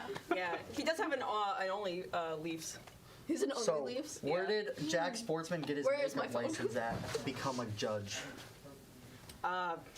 He was kind of just like in the parking lot, and I was like, dang, I need a judge. So I said, yo, Jackie Sportsman, get in there. And you know, I didn't expect him to go that far. I didn't know. I didn't expect him to call Cameron old. I was just like. He was out of line. He was out of line. He was out of line. He was so out of pocket. I know. Like Tom Brady. That was like what he said. Like. I heard Jack Sportsman is in love with Tom Brady. It's so Really? It's so I've heard weird. Jack Sportsman is a recovering Like- alcoholic. Like I may be imposter Maeve, but he's like imposter Tom Brady. He's like obsessed with Tom Brady. Just between you and me, but. He's a wannabe Brad Pitt. Wannabe Brad Pitt. I mean, I haven't seen Jack Sportsman in any acting roles, but that would certainly be interesting. Jack Sportsman's washed. Interesting. Do you mean an actual catastrophe? Yes. Yeah. It's like watching a train wreck. You can't look away. Oh yeah. Oh yeah. I mean, what do we think? I mean, I know there was some contention with Gibby. Gibby calling your glitter fake looking. Even though there's no such thing as real glitter. I think he just thought it didn't naturally spawn out of my skin. It's a very confusing concept for guys sometimes. Did it naturally spawn out of your skin? No. What? He might have been like, I don't know, he might have came in here and was like, yeah, Twilight vampires, right? And I was like, it's like, what do you mean it's not real glitter? But, I mean, I would love for there to be a naturally spawning glitter rock. I mean, that would make my life easier. That would make yeah. There's no point of living if you're not shiny. Of course, yeah. Yeah. I love glitter. It's like, Pour there's probably... Vaseline on yourself.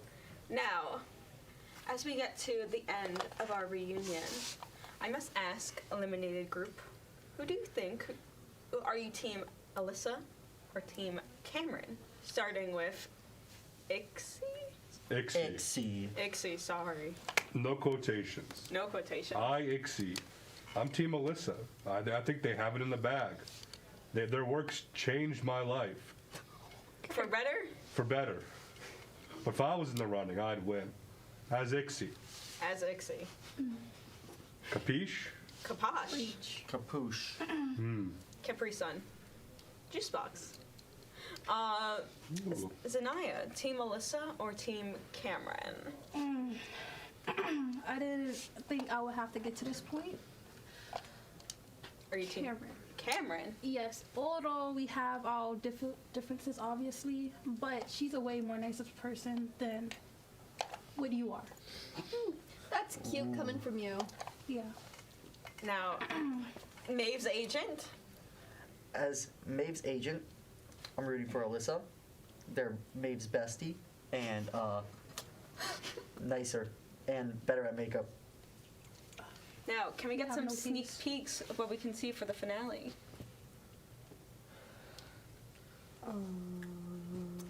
I have a ton of work going into this, and I'm very, very excited for you to see it. Are we getting some fashion or some horror? Oh, absolutely. I'm sorry. I'm a pretty boy. Of course you're getting both.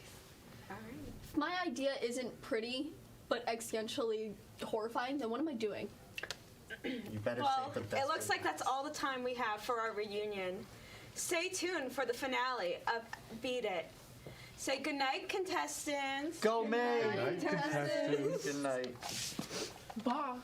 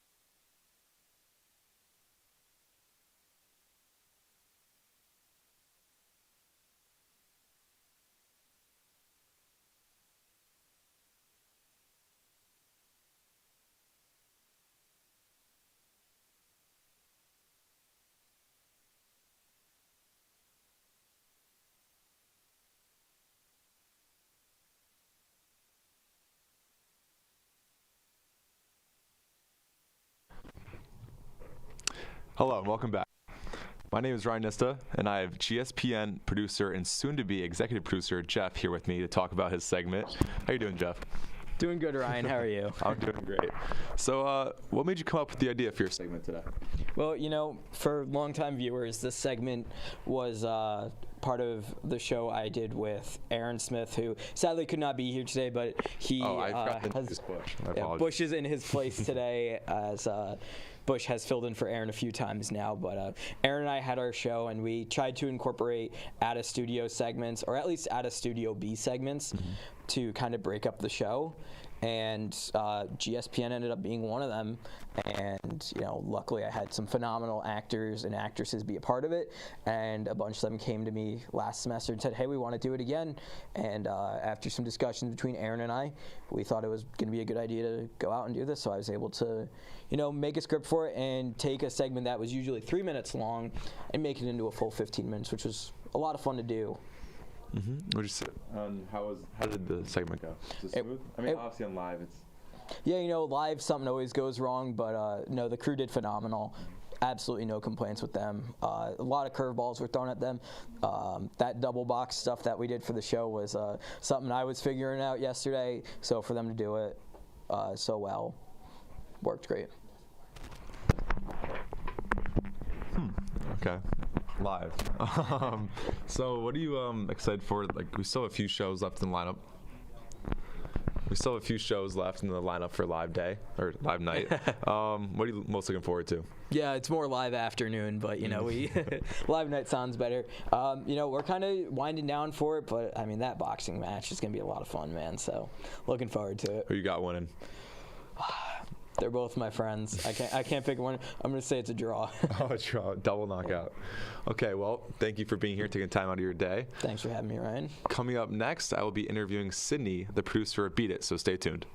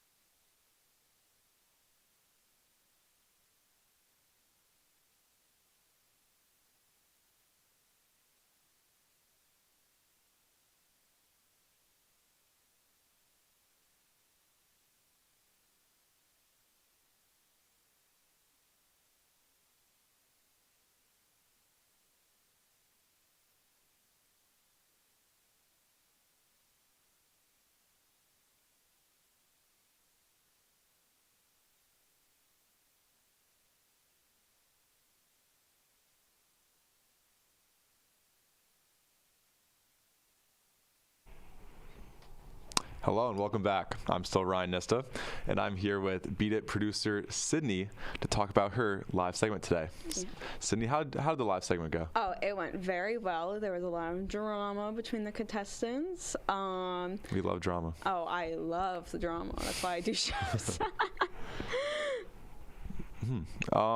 So, what can you want to dive into some of the drama that occurred? Yeah, like, I wasn't here, so I wasn't able to watch it. But so for those who have not been watching my season so far, basically the eliminated contestants reunited with our top two. Our top two contestants are Alyssa and Cameron. They will be competing for the prize of $100 in the final episode, which will be filmed about a week from now. So basically a lot of the drama revolved around, people being like, you're not as good, or, I should have stayed longer, or you shouldn't even be in the top. Ixie was claiming that she sabotaged herself so everyone else could have a chance. There was some drama between our contestants, Anaya and Cameron, and Maeve. Maeve was in a lot of center of drama today. Maeve, yeah. Yes, Maeve. Good. Yes, she did have a shocking elimination last week, but, And how's your live day been going so far, before and now? Oh, it's been great. I hear everyone keeps telling me I look exactly like Adam Sandler, but I don't really think that. That has been what people are saying. Yeah, people are saying that. I mean, I don't know, maybe we're secretly twins. I don't know, but that would be really weird because I think he's 20 plus years older than me. But yeah, I mean, you've been watching my show. What do you think about our top two? Who do you think? I'm excited. I think the last two contestants, they both have a lot to offer. I don't know who's gonna win. I think it's whoever shows up that last episode and really, runs away with it. Oh yeah, no, definitely the last final look is going to be a really tough one because so far they've been they're neck and neck. They've had 2 wins each and they both had a high placement. So it's really anyone's game at this point. Although I am seeing some fans are leaning towards Team Alyssa right now based on that storyline. But Cameron is also extremely confident, so it can really go either way. I'm excited to see how it pans out. Me too. Well, thank you for taking your time and doing this. Yeah, stay tuned because we have starting lineup coming up next. We got Bruce, Mike, and Jason with starting lineup. So stay tuned. You do not want to miss it. You do not.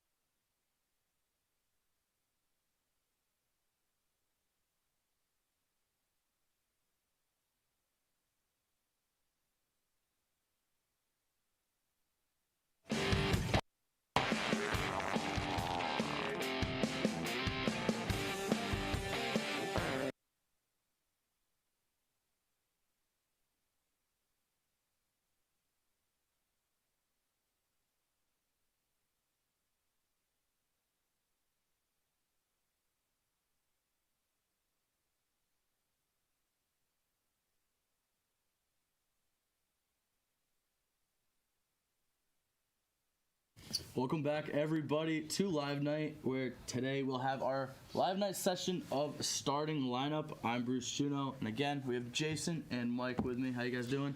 Jason, the best sports anchor out there. I'm doing great. Excited to be here for Live Night, Bruce.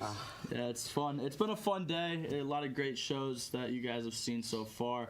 We're one of the ones wrapping it up. There's one more thing coming, but we do have a blooper reel that was made by some of the crew, Zach and Eli, and that was our first thing that we were planning on watching for today.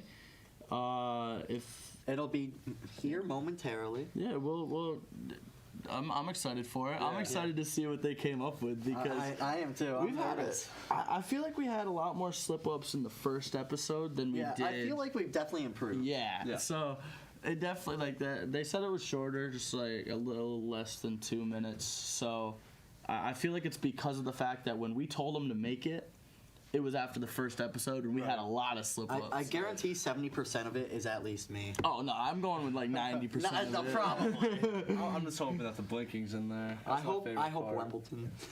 All right, well, we are getting told that the blooper reel is ready to go, so if we could roll that, and we're down to take a look at that.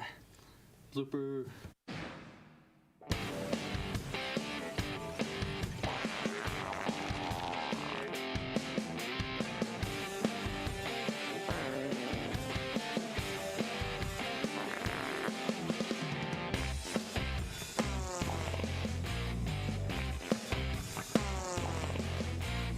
Or hurts. Find out what we think after the break. Bucks team. That was a team driving that easily could have made the play, or easily could have made the point game. Now Colorado down by 1, giving it to Nishushkin. His game really revolves around Shawn Tucker, and Clemson's D-line is just really good with like Brian Brees. Now with 5 seconds left, can we have more Rodgers magic as we've seen before? Off the clock, and there's a fight for the ball or for the puck, and Jonathan. Today we have a very special guest on.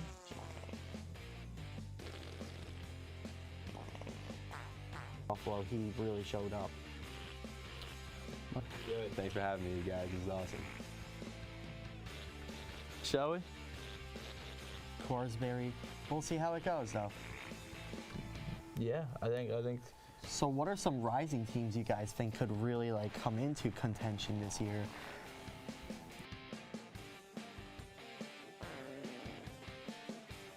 I don't know, man. I got the Rams. Dude, Cooper Kupp's just too nasty. And the 49ers, despite picking up C-Mac, still don't know who they're going to give the ball to. And it's about time for Jimmy G to crash and burn. So I'm going to have to take the Rams. Yeah, I'm taking the Rams too. It's at LA. I cannot see the Rams, the former champions, getting swept. It's going to be a good game, but I think the Rams pull it off.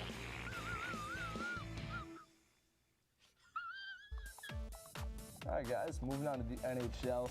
We got Ottawa Senators versus the Florida Panthers. I'm taking Ottawa. They've won 4 in a row. Taking the hotter team.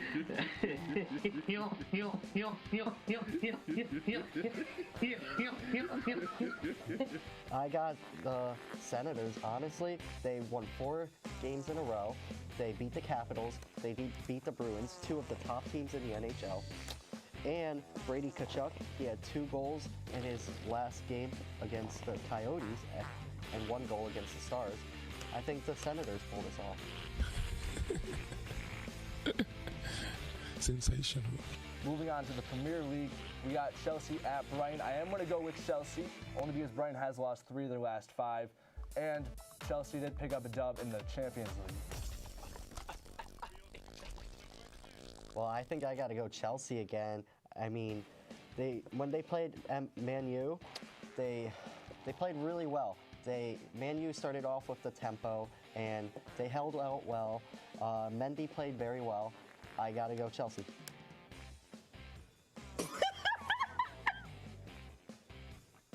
All right, NCAA football, Kansas State, Oklahoma State. I'm taking Oklahoma State. To me, they've just had the tougher schedule so far. They're a bit more battle tested.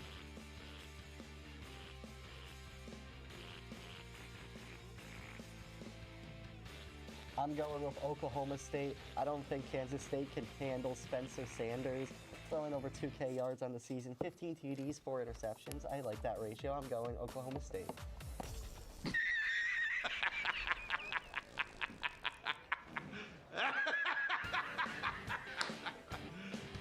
You serious?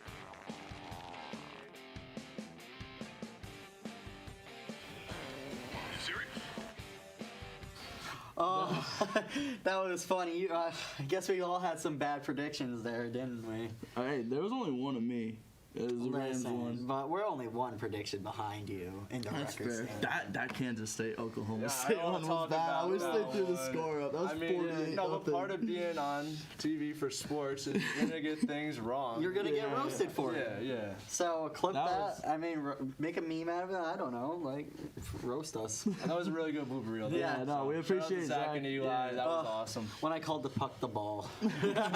But unfortunately, I am going to say adieu.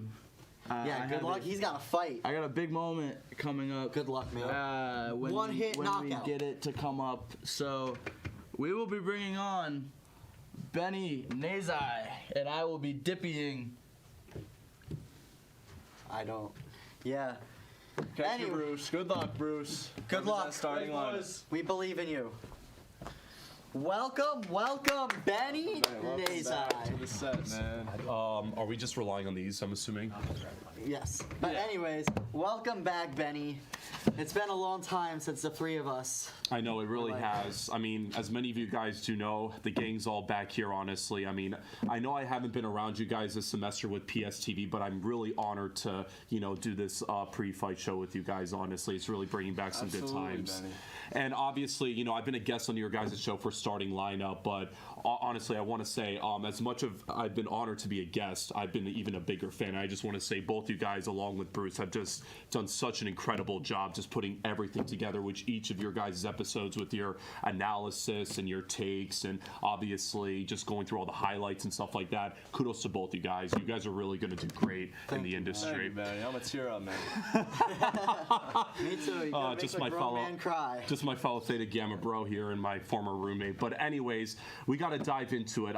As you guys know, I am Benny Nazai, not Jack Sportsman. I don't know who that guy is. But anyways, let's just set up the stage for this big fight that's going on with Bruce, the Juice, Juno, and Shawn, the Bomb, Lemieux. I mean, it's highly anticipated by a lot of folks, out here. So what are the key elements that both you guys are looking into going into this fight? See, for me, I think Bruce has more stamina than Shawn, honestly, and I think Bruce packs a meaner punch. Shawn may have the length, he might get a few punches here and there, but let's be honest. Bruce has the strength, he has the stamina, he has the athleticism. Shawn has the length. That's it. Mike? Yeah, I agree with everything Jason just said. I just think he has the power, man. I mean, one punch knockout, potentially, maybe. I'm looking to 4 see. words, one hit knockout. Yeah, definitely. But some very big highlights going into this fight are some injuries, as a matter of fact. Bruce, he's been dealing with some back issues, and Shawn, he's been dealing with some knee strains. So how much do you think those injuries are going to play an impact going into this fight? See, I mean, Bruce's back injury is from carrying starting lineup, so I'm not too worried. But for real, I think Bruce is healing on his back. I think he's doing okay. I mean, I talked to him earlier. He said, I can just deal with the pain. That's all he said. Yeah. I will say I am a little bit nervous about the back, only because from when I've been talking to him today, he's been constantly saying, oh, my back this, my back that. So I am a bit nervous, I will say.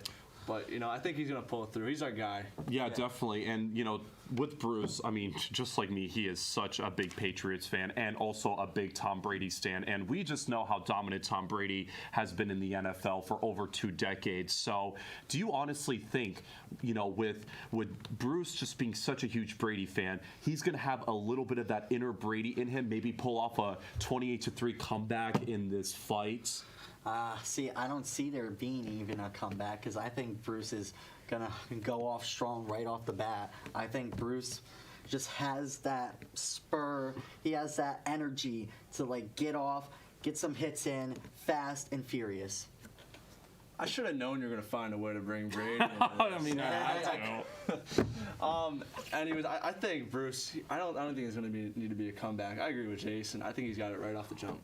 The right hook, boom. Honestly, right. I mean, I know we're, you know, obviously in college right now, NCAA or whatever this is, honestly, but do you think that they could honestly even go to the next level, maybe even go up against Logan Paul after this? Who knows? You know, Bruce Juno could beat Logan and Jake Paul at once. I'm saying that right now. Bruce Juno, my guy, taking on the Paul brothers. Mike? I actually heard that the winner of this match does get a match with Logan Paul at WrestleMania, so...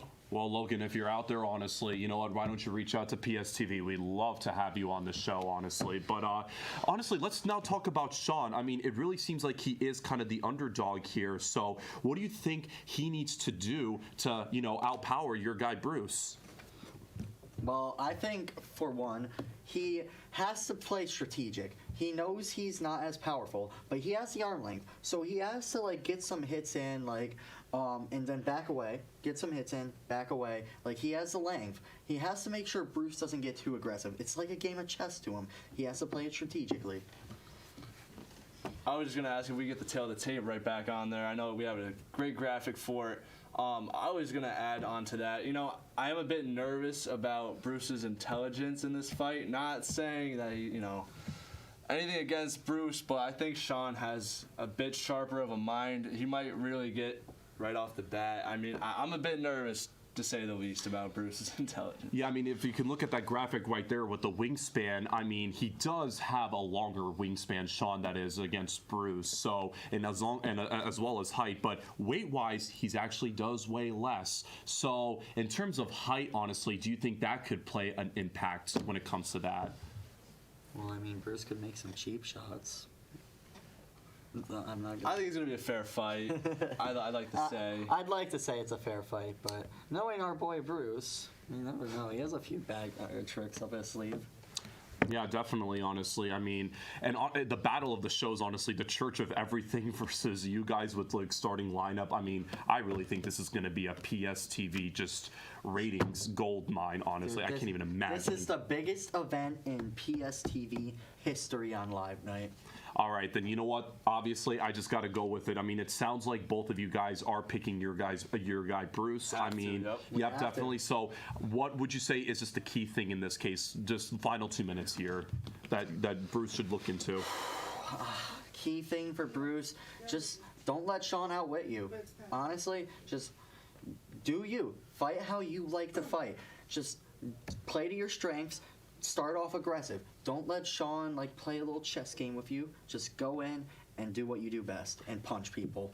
Honestly, maybe better for him to play chess and not checkers in that case. That's maybe one way you can put it, honestly. But, yeah, Mike, honestly, what would you have to say? Obviously, Bruce, but what is the key thing you have to say? I think the key thing for Bruce is to remain patient and conserve his energy. Because, like we said, he has the power to knock him out right away, right off the bat. However, if Shawn is able to stay in the fight for long, you know, if Bruce doesn't have the energy to get down at the end of the fight, I'm a bit nervous. I mean, I know Bruce has that legendary knockout punch in his bag.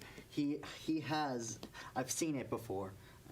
Don't ask me where, but I've seen Bruce has that legendary knockout punch. Honestly, I think the folks over in Vegas would probably say the same thing because we looked at the odds, honestly, and let's just say Bruce, he just outweighed Shawn by a mile, honestly. Like, those folks in Vegas, you know what, this would be such a huge upset if Shawn was able to pull this off. I mean, You know what? It would remind me so much of your Giants in 2007. Ha ha ha!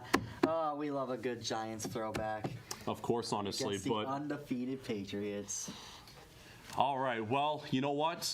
That's your pre-fight show right here, and we're ready to set up the fight between Bruce, the Juice Juno, and Shawn, the Bomb Lamo. Let's go right over to the fight and see how it plays out. Boys, let's hear it.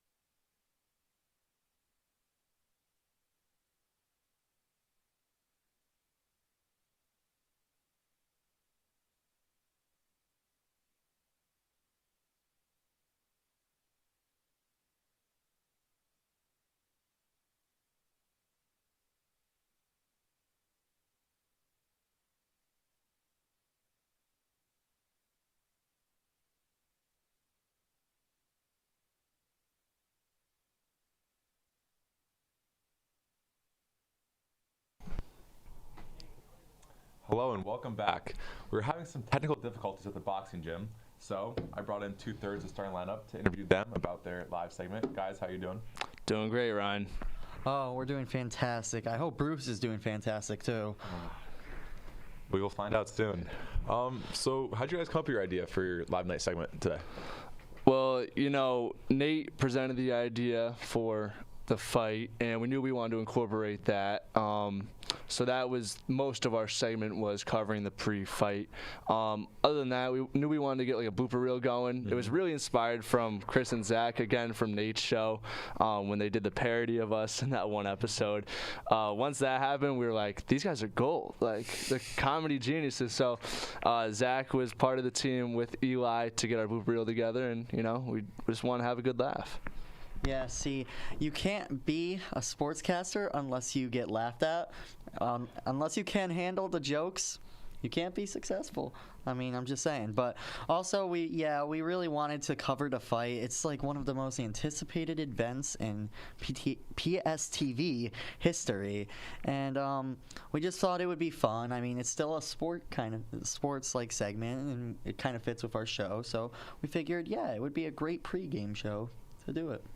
And of course, Bruce is part of your crew, Yes. so you're a little biased. Yeah, of course. I could sit Just here a and ask little you who bit, you yeah. think's going to win, but I think I know the answer already. Sometimes we can't be biased, but in this instance, I think it's okay to be biased. Yeah, definitely all in on Bruce. All in on Bruce.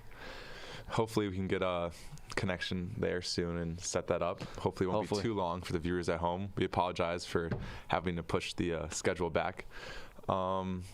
Other than how's live day been going for you guys in general, before the show? I mean, obviously it's exciting to do all this, be able to do it live, one shot. So how's your day been going otherwise? It's been a little bit hectic, to be honest, but it's expected. This isn't our first live night. We're seasoned vets at this point, so we kind of knew going in what to expect. See, I won a show thanks to you. Thank you, Mr. Doctor. And I played a girl. So yeah, you've had an interesting day so far. I think I looked very pretty. I'm just saying. I think you looked great, man. And then I had some starting lineup. Like, that's my favorite segment, of course. I mean, good. Look, starting lineup on the shirt. Yeah. But overall, it's been a fun day. We've had some cookies, pizza. Good day. Haley's done a great job. Haley, executive producer. Shout out to Haley. Haley doing an is the amazing goat. job. She's hopefully listening somewhere right now. I'm just playing with brownie points. She'll see it at some point. I'm just gonna rewatch this 3-hour video.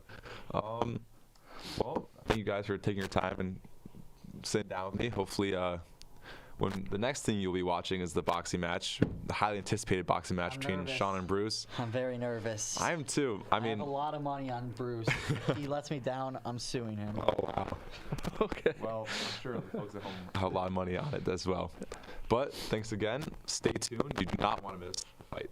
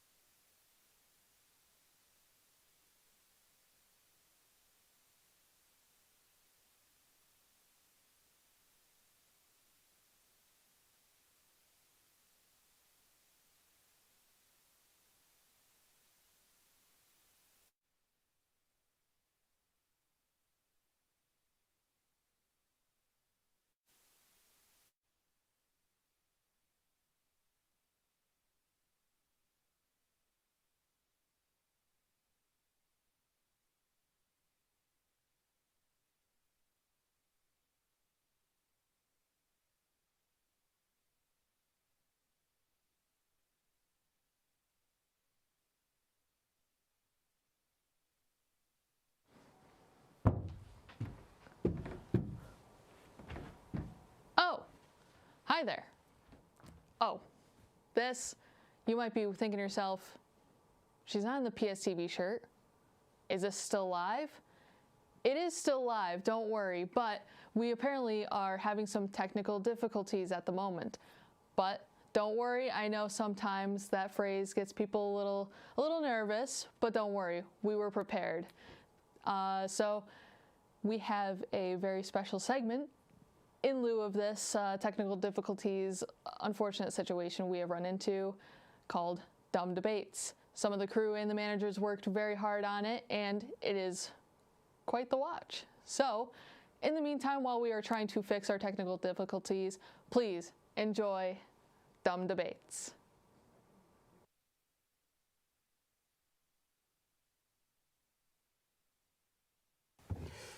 Welcome to Dumb Debates. I'm your host, Elazar Perez, who you can call me Eli, and I'm here with my two lovely contestants, Zehra and Geneva.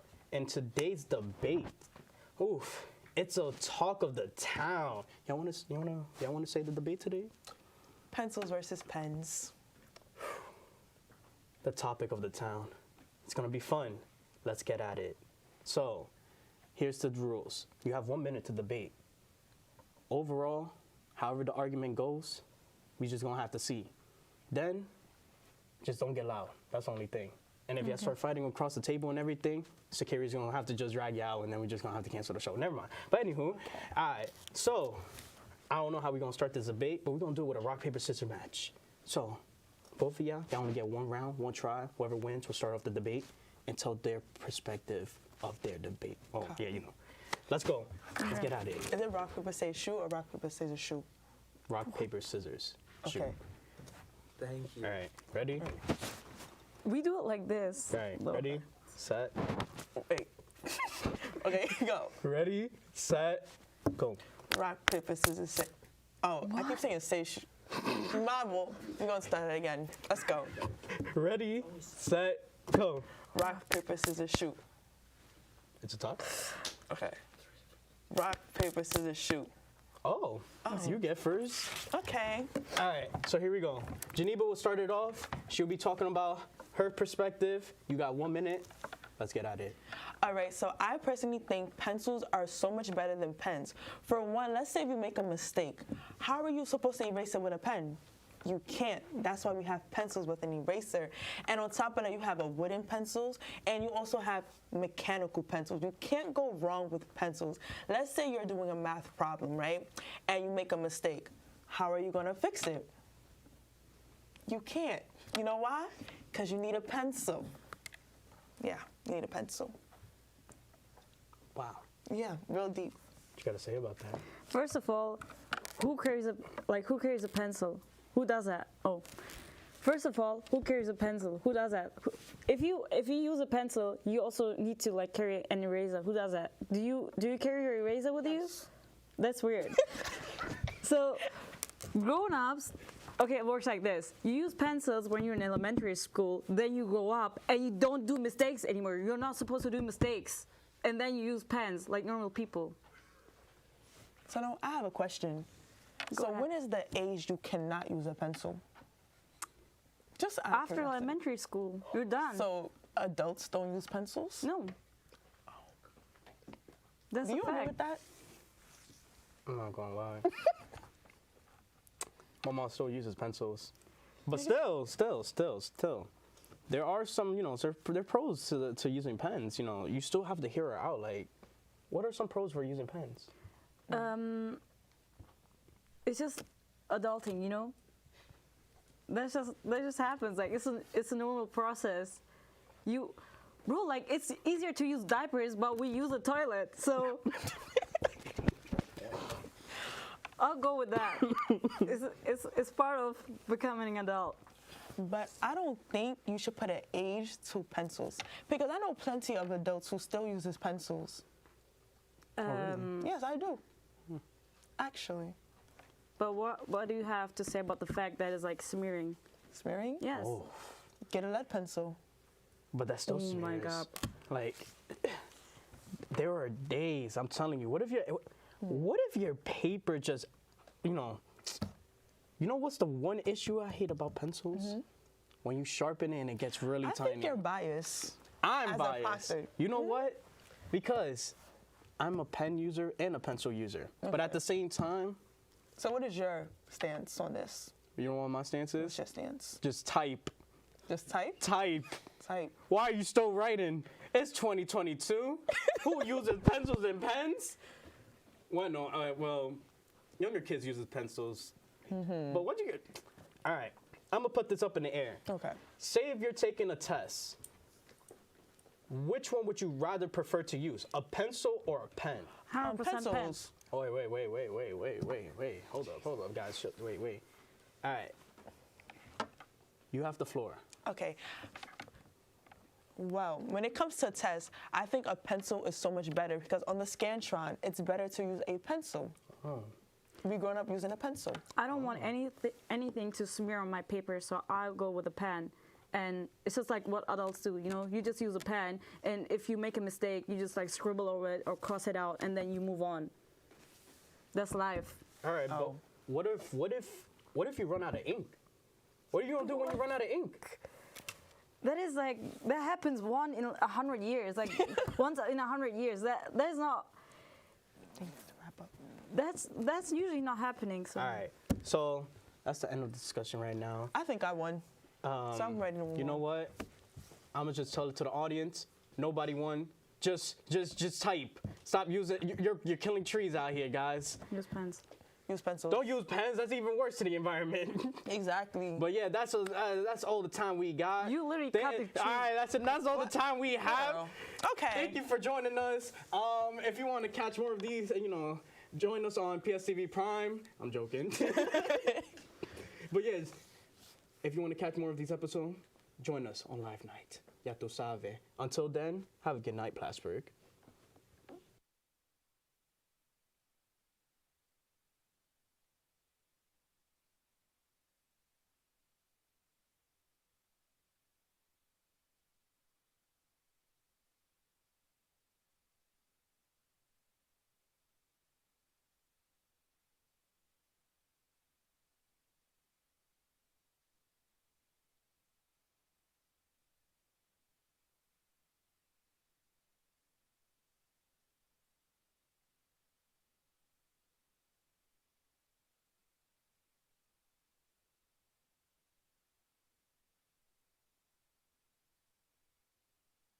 Be like, yeah, we got a trailer we can show you guys. All right. I mean, and then yeah, put whatever. it. We play. I want to watch it. Debates with channel 4, right, or 2? What? I don't know which one it's in. I Shawn, haven't seen. the one.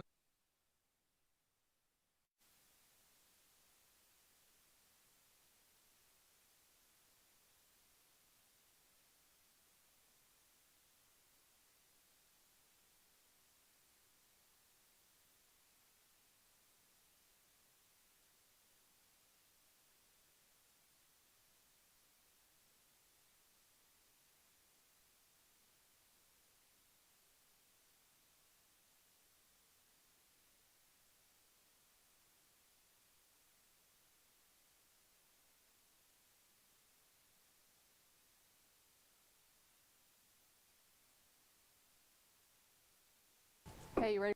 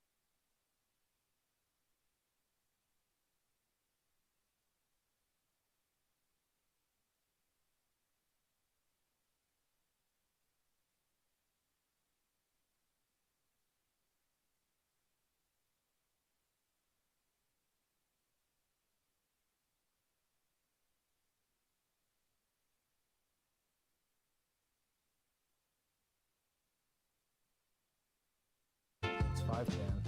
Maroon! It's like social media, but with a twist.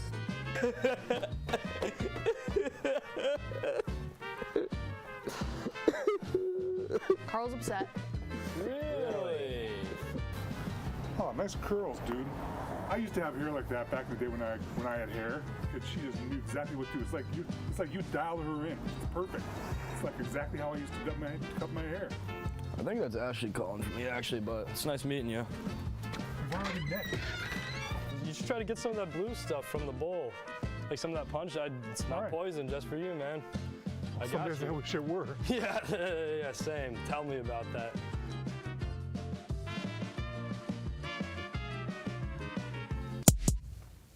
Welcome back. You saw a sneak peek to the trailer of Church of Everything, which is produced by Shawn Lemieux. Lemieux, yeah. Okay, thank you. With me now, I have 3 cast members from the Church of Everything. Do you guys want to introduce yourselves? Yeah, so I'm Chris Valborn. I'm Haley Olson. And I'm Jeff. How's your experience been with making the show? I don't know who wants to go first, but Chris, I guess. Yeah, I'll go first. So yeah, I mean, I think we've had a lot of fun making the show. It's definitely a different kind of show that Plattsburgh hasn't seen yet, but we're not scared to turn the tables on this and do what we want with the show. Yeah, I'm really excited. This is the only scripted show in PSTV this semester, and it's been really fun to work on. Definitely got some twists compared to other shows that have been part of PSTV so far. And obviously, like, working with the cast has been just great. It's been a year since I've worked with the cast, so I'm actually really happy to be a part of it.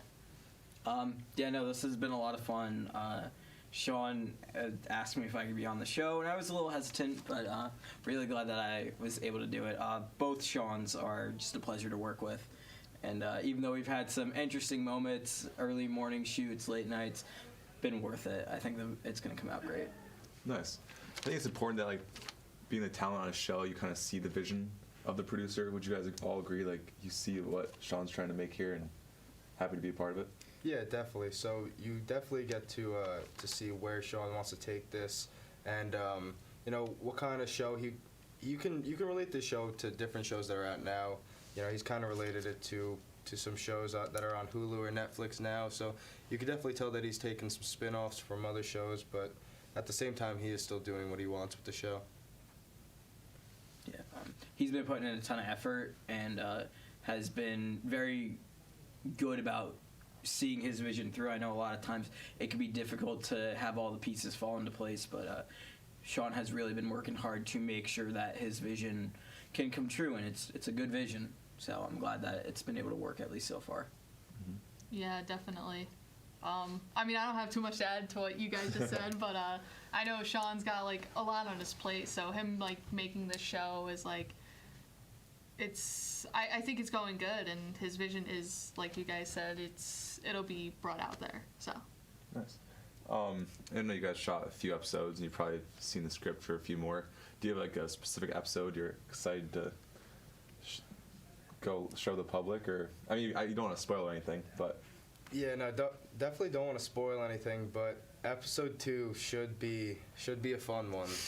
There's definitely some topics in there that we talk about that are, borderline. We're dancing on the line of what's allowed and what's not, but that's comedy, and it'll definitely bring some laughs. You gotta take risks, right? Yeah, definitely. Yeah, episode 1 kind of just maps the whole thing out. I get it, kind of like some introducing the characters and character development. That's the word I was looking for. But episode 2, like Chris said, it's hilarious in an almost way. And no, I think people will actually really enjoy it. Yeah, not to spoil too much about my character, but for episode 2, Shawn told me dress up like SpongeBob, because my character was basically gonna be SpongeBob for an episode. So I did my best with it, and it was just a lot of fun to do that. Yeah, episode 2 definitely stands out so far, but excited to see what's down the pipeline. I know, I'm excited to see it. I was even a backup talent for episode 1, so I'll get a little screen time, which will be nice. But no, thank you guys for sitting down with me, talking. I'm excited to see episode 1. And yeah, make sure you're staying tuned. The boxing match is happening. We're just having some technical difficulties, but when it's ready to show, we'll go live to it. So stay tuned. Yeah. And yeah, we'll see you soon. What to say? I was hoping my script wasn't good. All right, mics are cut. All right, we gotta get.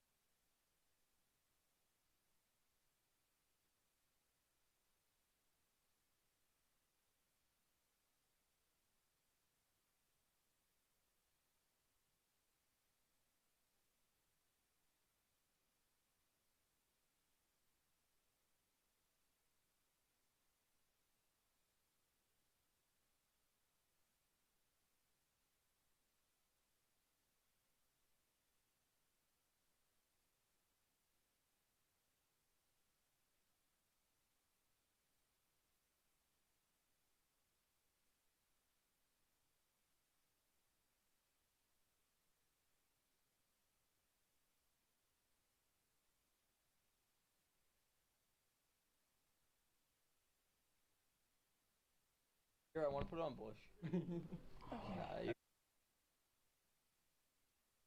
Save the glasses. Wow. Before I wrap up, I just want to take a moment to say that I am so proud of each and every person in this room with me.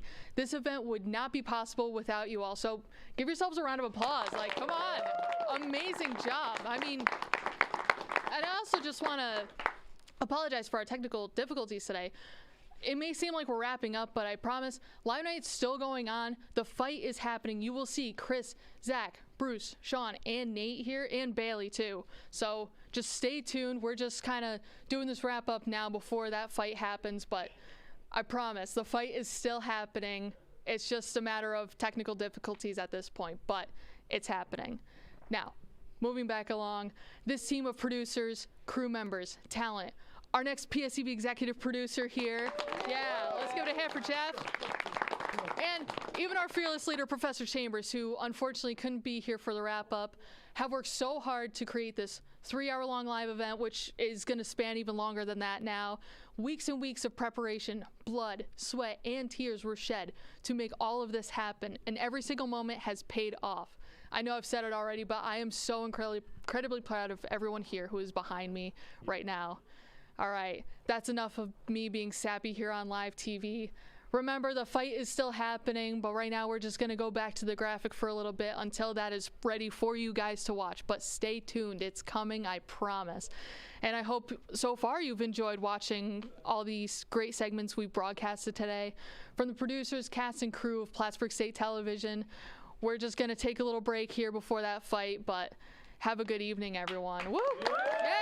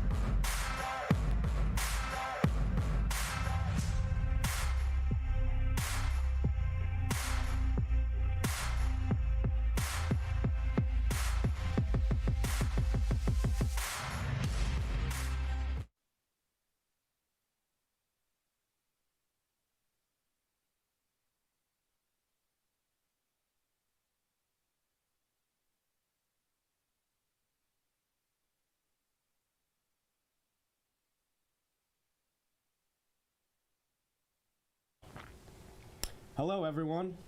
I'm Zach Durhack, here with Bailey Marsh and Chris Falborn. This is the moment you've all been waiting for. We are just about 10 minutes out from this big fight between Bruce Juneau and Shawn Lemieux. Now, we are here to talk a little bit of pre-fight before this starts and discuss what we think is going to happen during the fight. So, does anybody have any predictions, first off, before we start anything?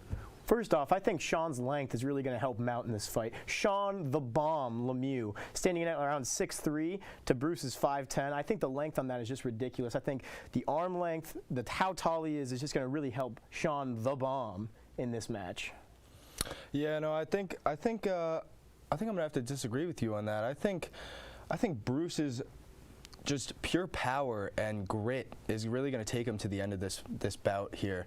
You know, they don't call him Bruce the Unfathomable for no reason. You really just can't imagine what is going to be thrown at you when you're stepping in the ring with this man. You know, I know he has played hockey in the past, so I can only imagine how many fights he's gotten into through hockey and whatnot. You come up with power, but I would say that the speed almost is as important, if not more important than power, because if you can throw those punches, that's nice, but if you don't got the speed to get out of the way of the ones thrown back at you, you're going to end up on the mat. Now, when we talk about fighting skills, we obviously like to talk about physical stature and what they bring to the table in that sort of sense. But what I'd like to talk about here is the mental and psychological side of it. So we look at Shawn. People have said he was the one talking big before the fight. He was saying that Bruce can't keep up with him. He said he knows how to fight. He said he's got the skills, he's got the length, he's got everything basically in his own mind. So do you think that has had any psychological effect or damage on Bruce? You want to go ahead? I'll go ahead. I think Bruce is a little bit battered from the banter going on from Shawn the Bomb here. But as you know, Shawn, older guy, he knows how to get in his opponent's head. I think this is really going to shake Bruce come time to ring that bell and start the match. You know, I can agree with you there. I think that this smack talk that happened before the fight, no one can really take it that lightheartedly. You know, you're going to take it personally, and you're going to want to hurt someone after hearing things like that. Well, I mean, especially even in the clip after when Bruce was talking about Shawn, he was saying, things about like, where is Shawn even from? Stating as if he doesn't even know who he is, when we all know. You know who Shawn the Bomb is. I mean, Shawn the Bomb has been around. He has been around. Bruce is definitely, it's a scare tactic from Shawn, but I think it's a good scare tactic because I think it worked. Yeah, I mean, we can't really get away from Shawn's wizardly form and wizardly methods, Yeah, I was just going to talk about the fact that when you look at Shawn, you think, wow, he has to know at least some spells. Because looking at him, he looks like someone who's grown up in a dungeon, and he looks like he knows how to cast fireball on you. I mean, you think about it, he's at least gone into some sort of potion online class and tried to figure out, what sort of potion can harden my body to the point where you won't be able to hurt me at all. So do you guys think that any magical abilities will be used in this fight? I don't know if they would be used in the fight per se, but I definitely think Shawn has used his magic abilities to help him prolong himself for this fight. I definitely gonna last longer. I definitely agree there. I actually did hear from Shawn's coach that he did make a trip to Argentina, and he ended up hiking up one of the tallest mountains there to retrieve rare rabbit's hair for one of his potions to prepare for this fight. I understand you've done research for your own personal methods and for fights that you've been preparing for, but in your professional and amateur mind about this whole situation, what do you think that potion is going to do for him? So, I mean, you don't just go to Argentina for no reason, Zach. Definitely not. You definitely don't. No. If you're putting your body through that treacherous hike of around 24,000 miles, it's just nearly impossible to do that and not get the results that you need. So from this potion, I think he's really trying to channel his inner demon here. So what this will do is it will bring another person out of him as he really tries to just, become inhumane. Mm-hmm. Yeah, and I don't want to get too much into his dark past here because I do not want to awaken any sort of demons that could perpetually attack us in any sort of sense, physically, mentally, spiritually, whatever you want to call it, metaphysically, sexually even. Yes. What I'd like to bring it to now is what we've done with Bruce, or what Bruce has been doing to prepare for this fight, and he's taken a more primal approach, I've heard. So I've heard from my sources that he's been eating raw liver for about 3 weeks now. I heard that from my source as well. Liver, and I've heard a lot of raw hearts as well. Just a lot of stuff you would find in the backyards in Shazy. You know, a lot of deer, a lot of dead cows. You know, sometimes an occasional bear he'll come across, gut it, and then eat the liver. Liver gives you power, and Bruce knows this. You know, Bruce, He's been as you watching said Liver before, King for at least 3 months. I was just about to get there. Liver King is Bruce's so-called, calls himself his icon, his hero. And he really said today, when he was pounding through the 4 livers I watched him eat earlier, that he really, really, really wanted to win this one for Liver King. Yeah, actually, you know, you were talking about his sources and whatnot. I actually heard that about 48 hours before the fight, he was training by, he went to Walmart and bought a frozen turkey and had his trainer just over and over again throw it as hard as he could onto his abdomen so he could get ready to like absorb these punches that he will be facing. Smart strategy. I heard Muhammad Ali used to do that back in the day. Yeah, he actually has, he performed that for about 6 hours straight to prepare his ribs and abdomen. And this is where I think, you know, the battle of David and Goliath really comes in. Because you look at Shawn, wizardly, and you look at Bruce, primal. Because you're taking something that is so out of this world and fighting it with the greatest strength of mankind. That's how I look at this fight. And I think this is going to be a really good time to see, you know, who comes out on top.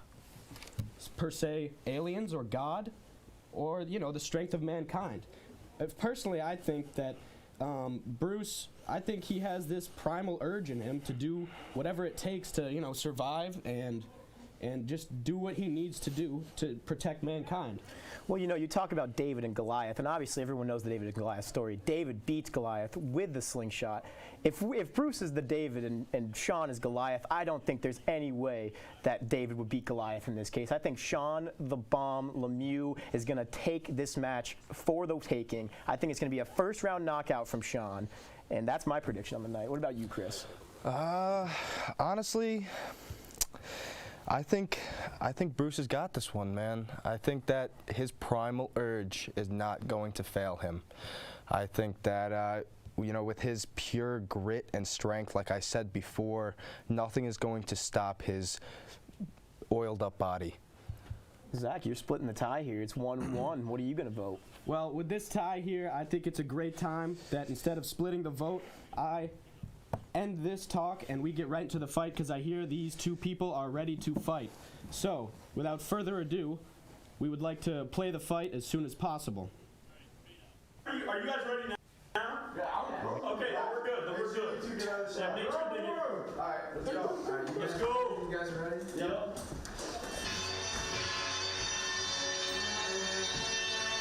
I'm going to do a farewell tour of upstate New York.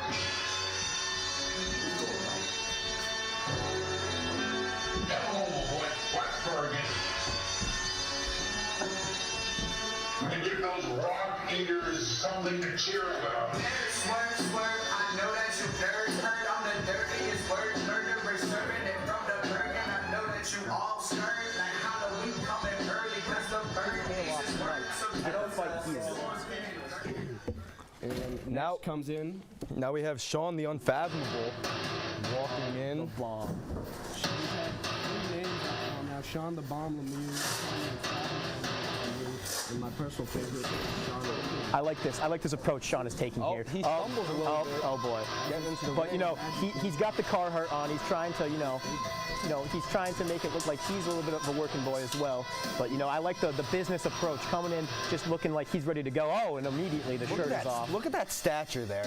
That is. We were talking about gods before. That's a god-like physique right there. That is menacing. Absolutely menacing and terrifying. Oh, Bruce is. Look at Bruce's over here. You have two. Oh, and it looks like Nate's getting ready to go here. And it looks like Nate's gonna have something to say here before the fight. So as soon as he starts talking, we're gonna get going. And you look over here at Shawn's corner. He is absolutely dialed in, Zach. He's ready. He looks like he's ready. He looks calm. They're lubing up his face. Losing up Bruce here in Bruce's corner. Yep. So that his opponent doesn't see him cry. Wow, that primal face, that primal beard, nothing is going to stand in his way today. No, I don't think that anything can keep these. Ladies and gentlemen, it is time. The moment you've all been waiting for. the fight of our lives. Introducing first, weighing in at a weight of 220 pounds, he hails from Chazy, New York, Bruce Juno. And his opponent, fighting out of the blue corner, weighing in at 185 pounds, he hails from Cambridge, New York, he is Shawn, the Invincible Lemieux! Yeah. And Shawn's looking to have some help from his coach today. Ronnie Butch is his name. And in Bruce's corner, we've got Leonard. All right, gentlemen, Chris Leonard. I want to fight out of you guys. At the end of the day, you are classmates, you are brothers. Oh yeah, there's my twin brother there, Finn. He's doing a great job on camera. We're streaming that one live as well. There we go. I will tell you, Finn is a lot better looking than you are, Chris. Oh well, I don't take that personally. You should. Yeah, you did. Well, we're about to start here. We have this. When he says. Both of the athletes here sitting in their corners looking ready to go, ready to tear some heads off. I'm honestly shaking. I don't know what to expect, but I'm ready. I'm jolting with jubilation for this one, guys. You go now. Let's go. Yes, that's important for all of us. I'm choking on it. It's Where they're using 16-ounce gloves. Is it too much? So, the amount of power these two possess, you never know what's going to happen. I mean, no offense, but I'd like to see something. As you can see, Shawn is wearing Kobe's here to prepare for his fight. Oh, here we go. They're starting. All right. Oh, Shawn the Bomb with a bombed off the bat. Okay, goes for the gut shot. I like it. Oh, Bruce coming back at him. Both standing tall, both moving. Nice jab, nice flip. There. Oh, and Bruce comes back at him with a right hook. You know, Shawn's giving me a lot of Muhammad Ali vibes with the way he's moving around this ring right now. Oh, ooh, that was a nice nice counter. little jab and counter there from Shawn the Bomb Lemieux. Bruce is reminding me of Mike Tyson when he was 4 years old, actually. Just a horrendous throw there from Bruce. Yep. Shawn with a nice 1-2 piece, looking like Mike Iron Tyson. Oh, nice uppercut there. I think he barely grazed his chin there. Oh, nice right hook. Is a bit of a haymaker. As you can see, the ref, Nate, is very in tune with this fight. He's very intimate. A lot of respect to Nate out there. He's doing a great job making sure these fighters are at the right area to be. You know, he does have a deep history with both of these men as he has handled them in different ways.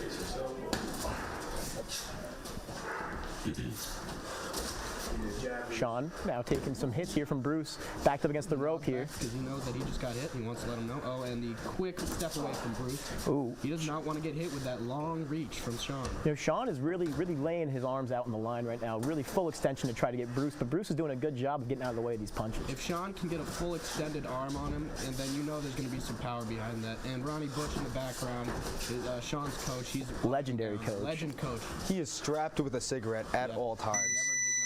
I don't think anyone has ever seen Ron without a cigarette. That will conclude round one. Both fighters are going back to their corners now. As you can see, Ronnie Butch getting his stool and towel ready. Give him some pep talk. What's this? This is legendary work here. This is the Ronnie special here. Is he force feeding him Bacardi right now? That's his secret. That's why I picked Shawn. Not only is he a god, but he has that coach on his side. Leonard and Lemieux over here coaching up Bruce. He's got a third coach in there, I believe. I do not know that one's name, but we'll come back. None of them have the stature of Shawn's coach. It's gonna move off the red, and then when the green starts. So once the red's off, it'll stay up, and then once the green starts, it'll take you. And he only had his 10 minutes.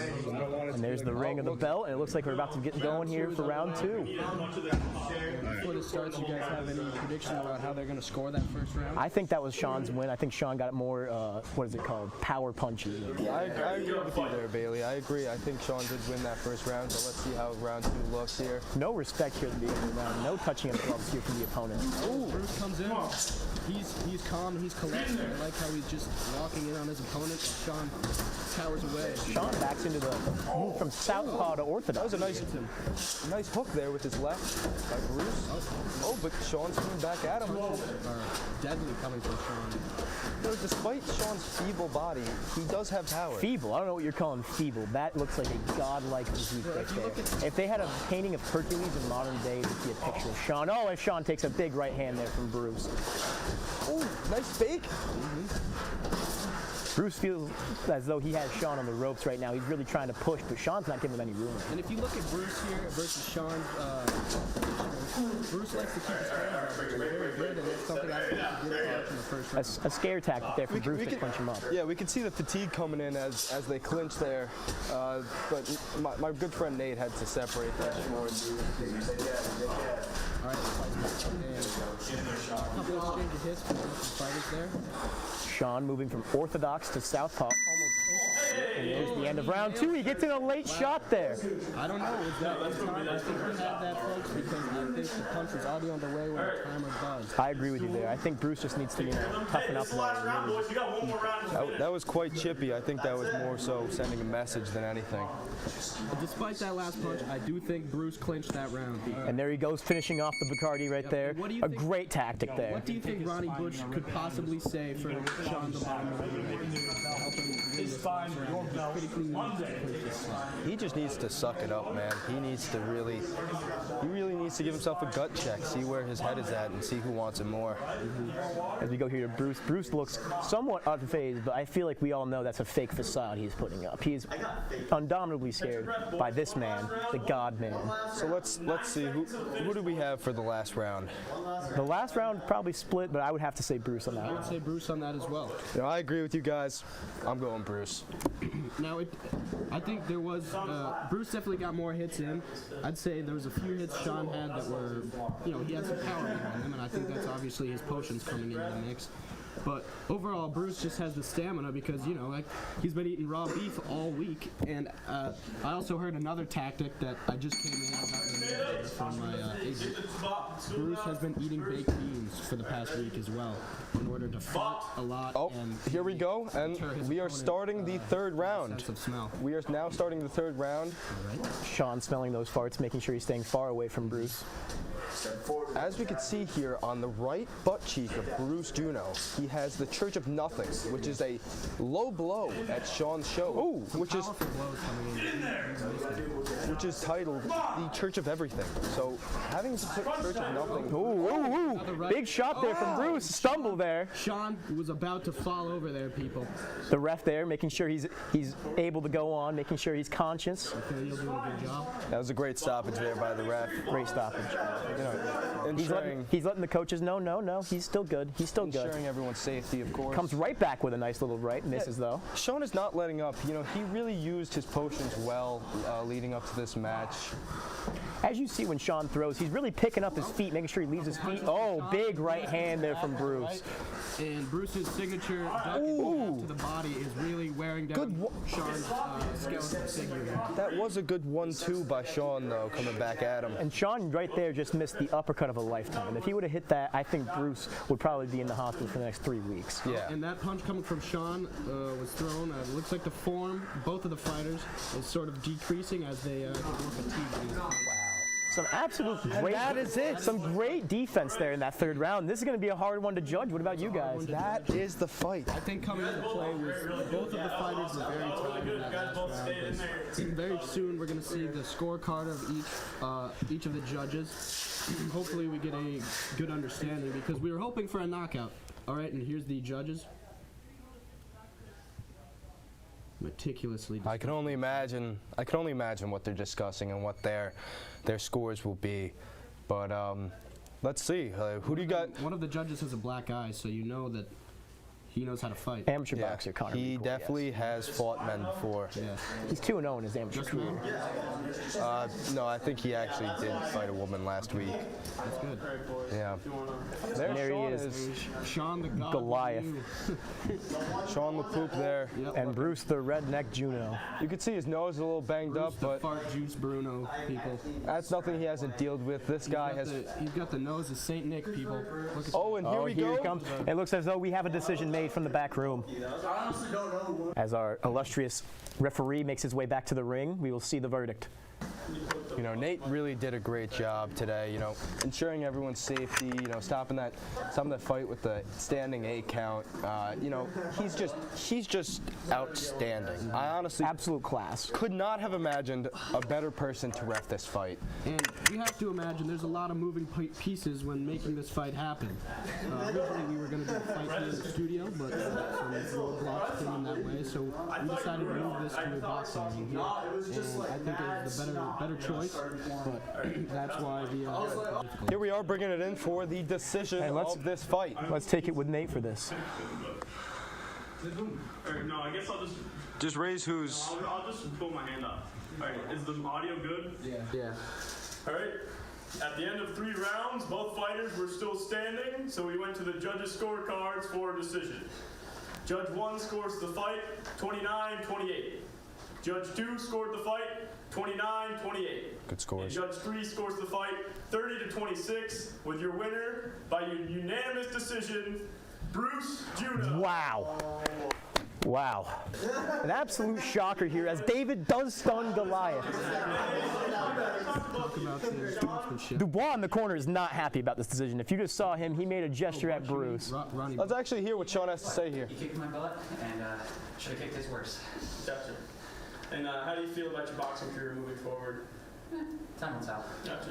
All right, and now Bruce, obviously happy with the result. How do you feel you did in this fight? I think it did pretty good. I just feel like it was kind of generous towards me. I think Shawn landed some good punches, and especially in the second round. What does he say?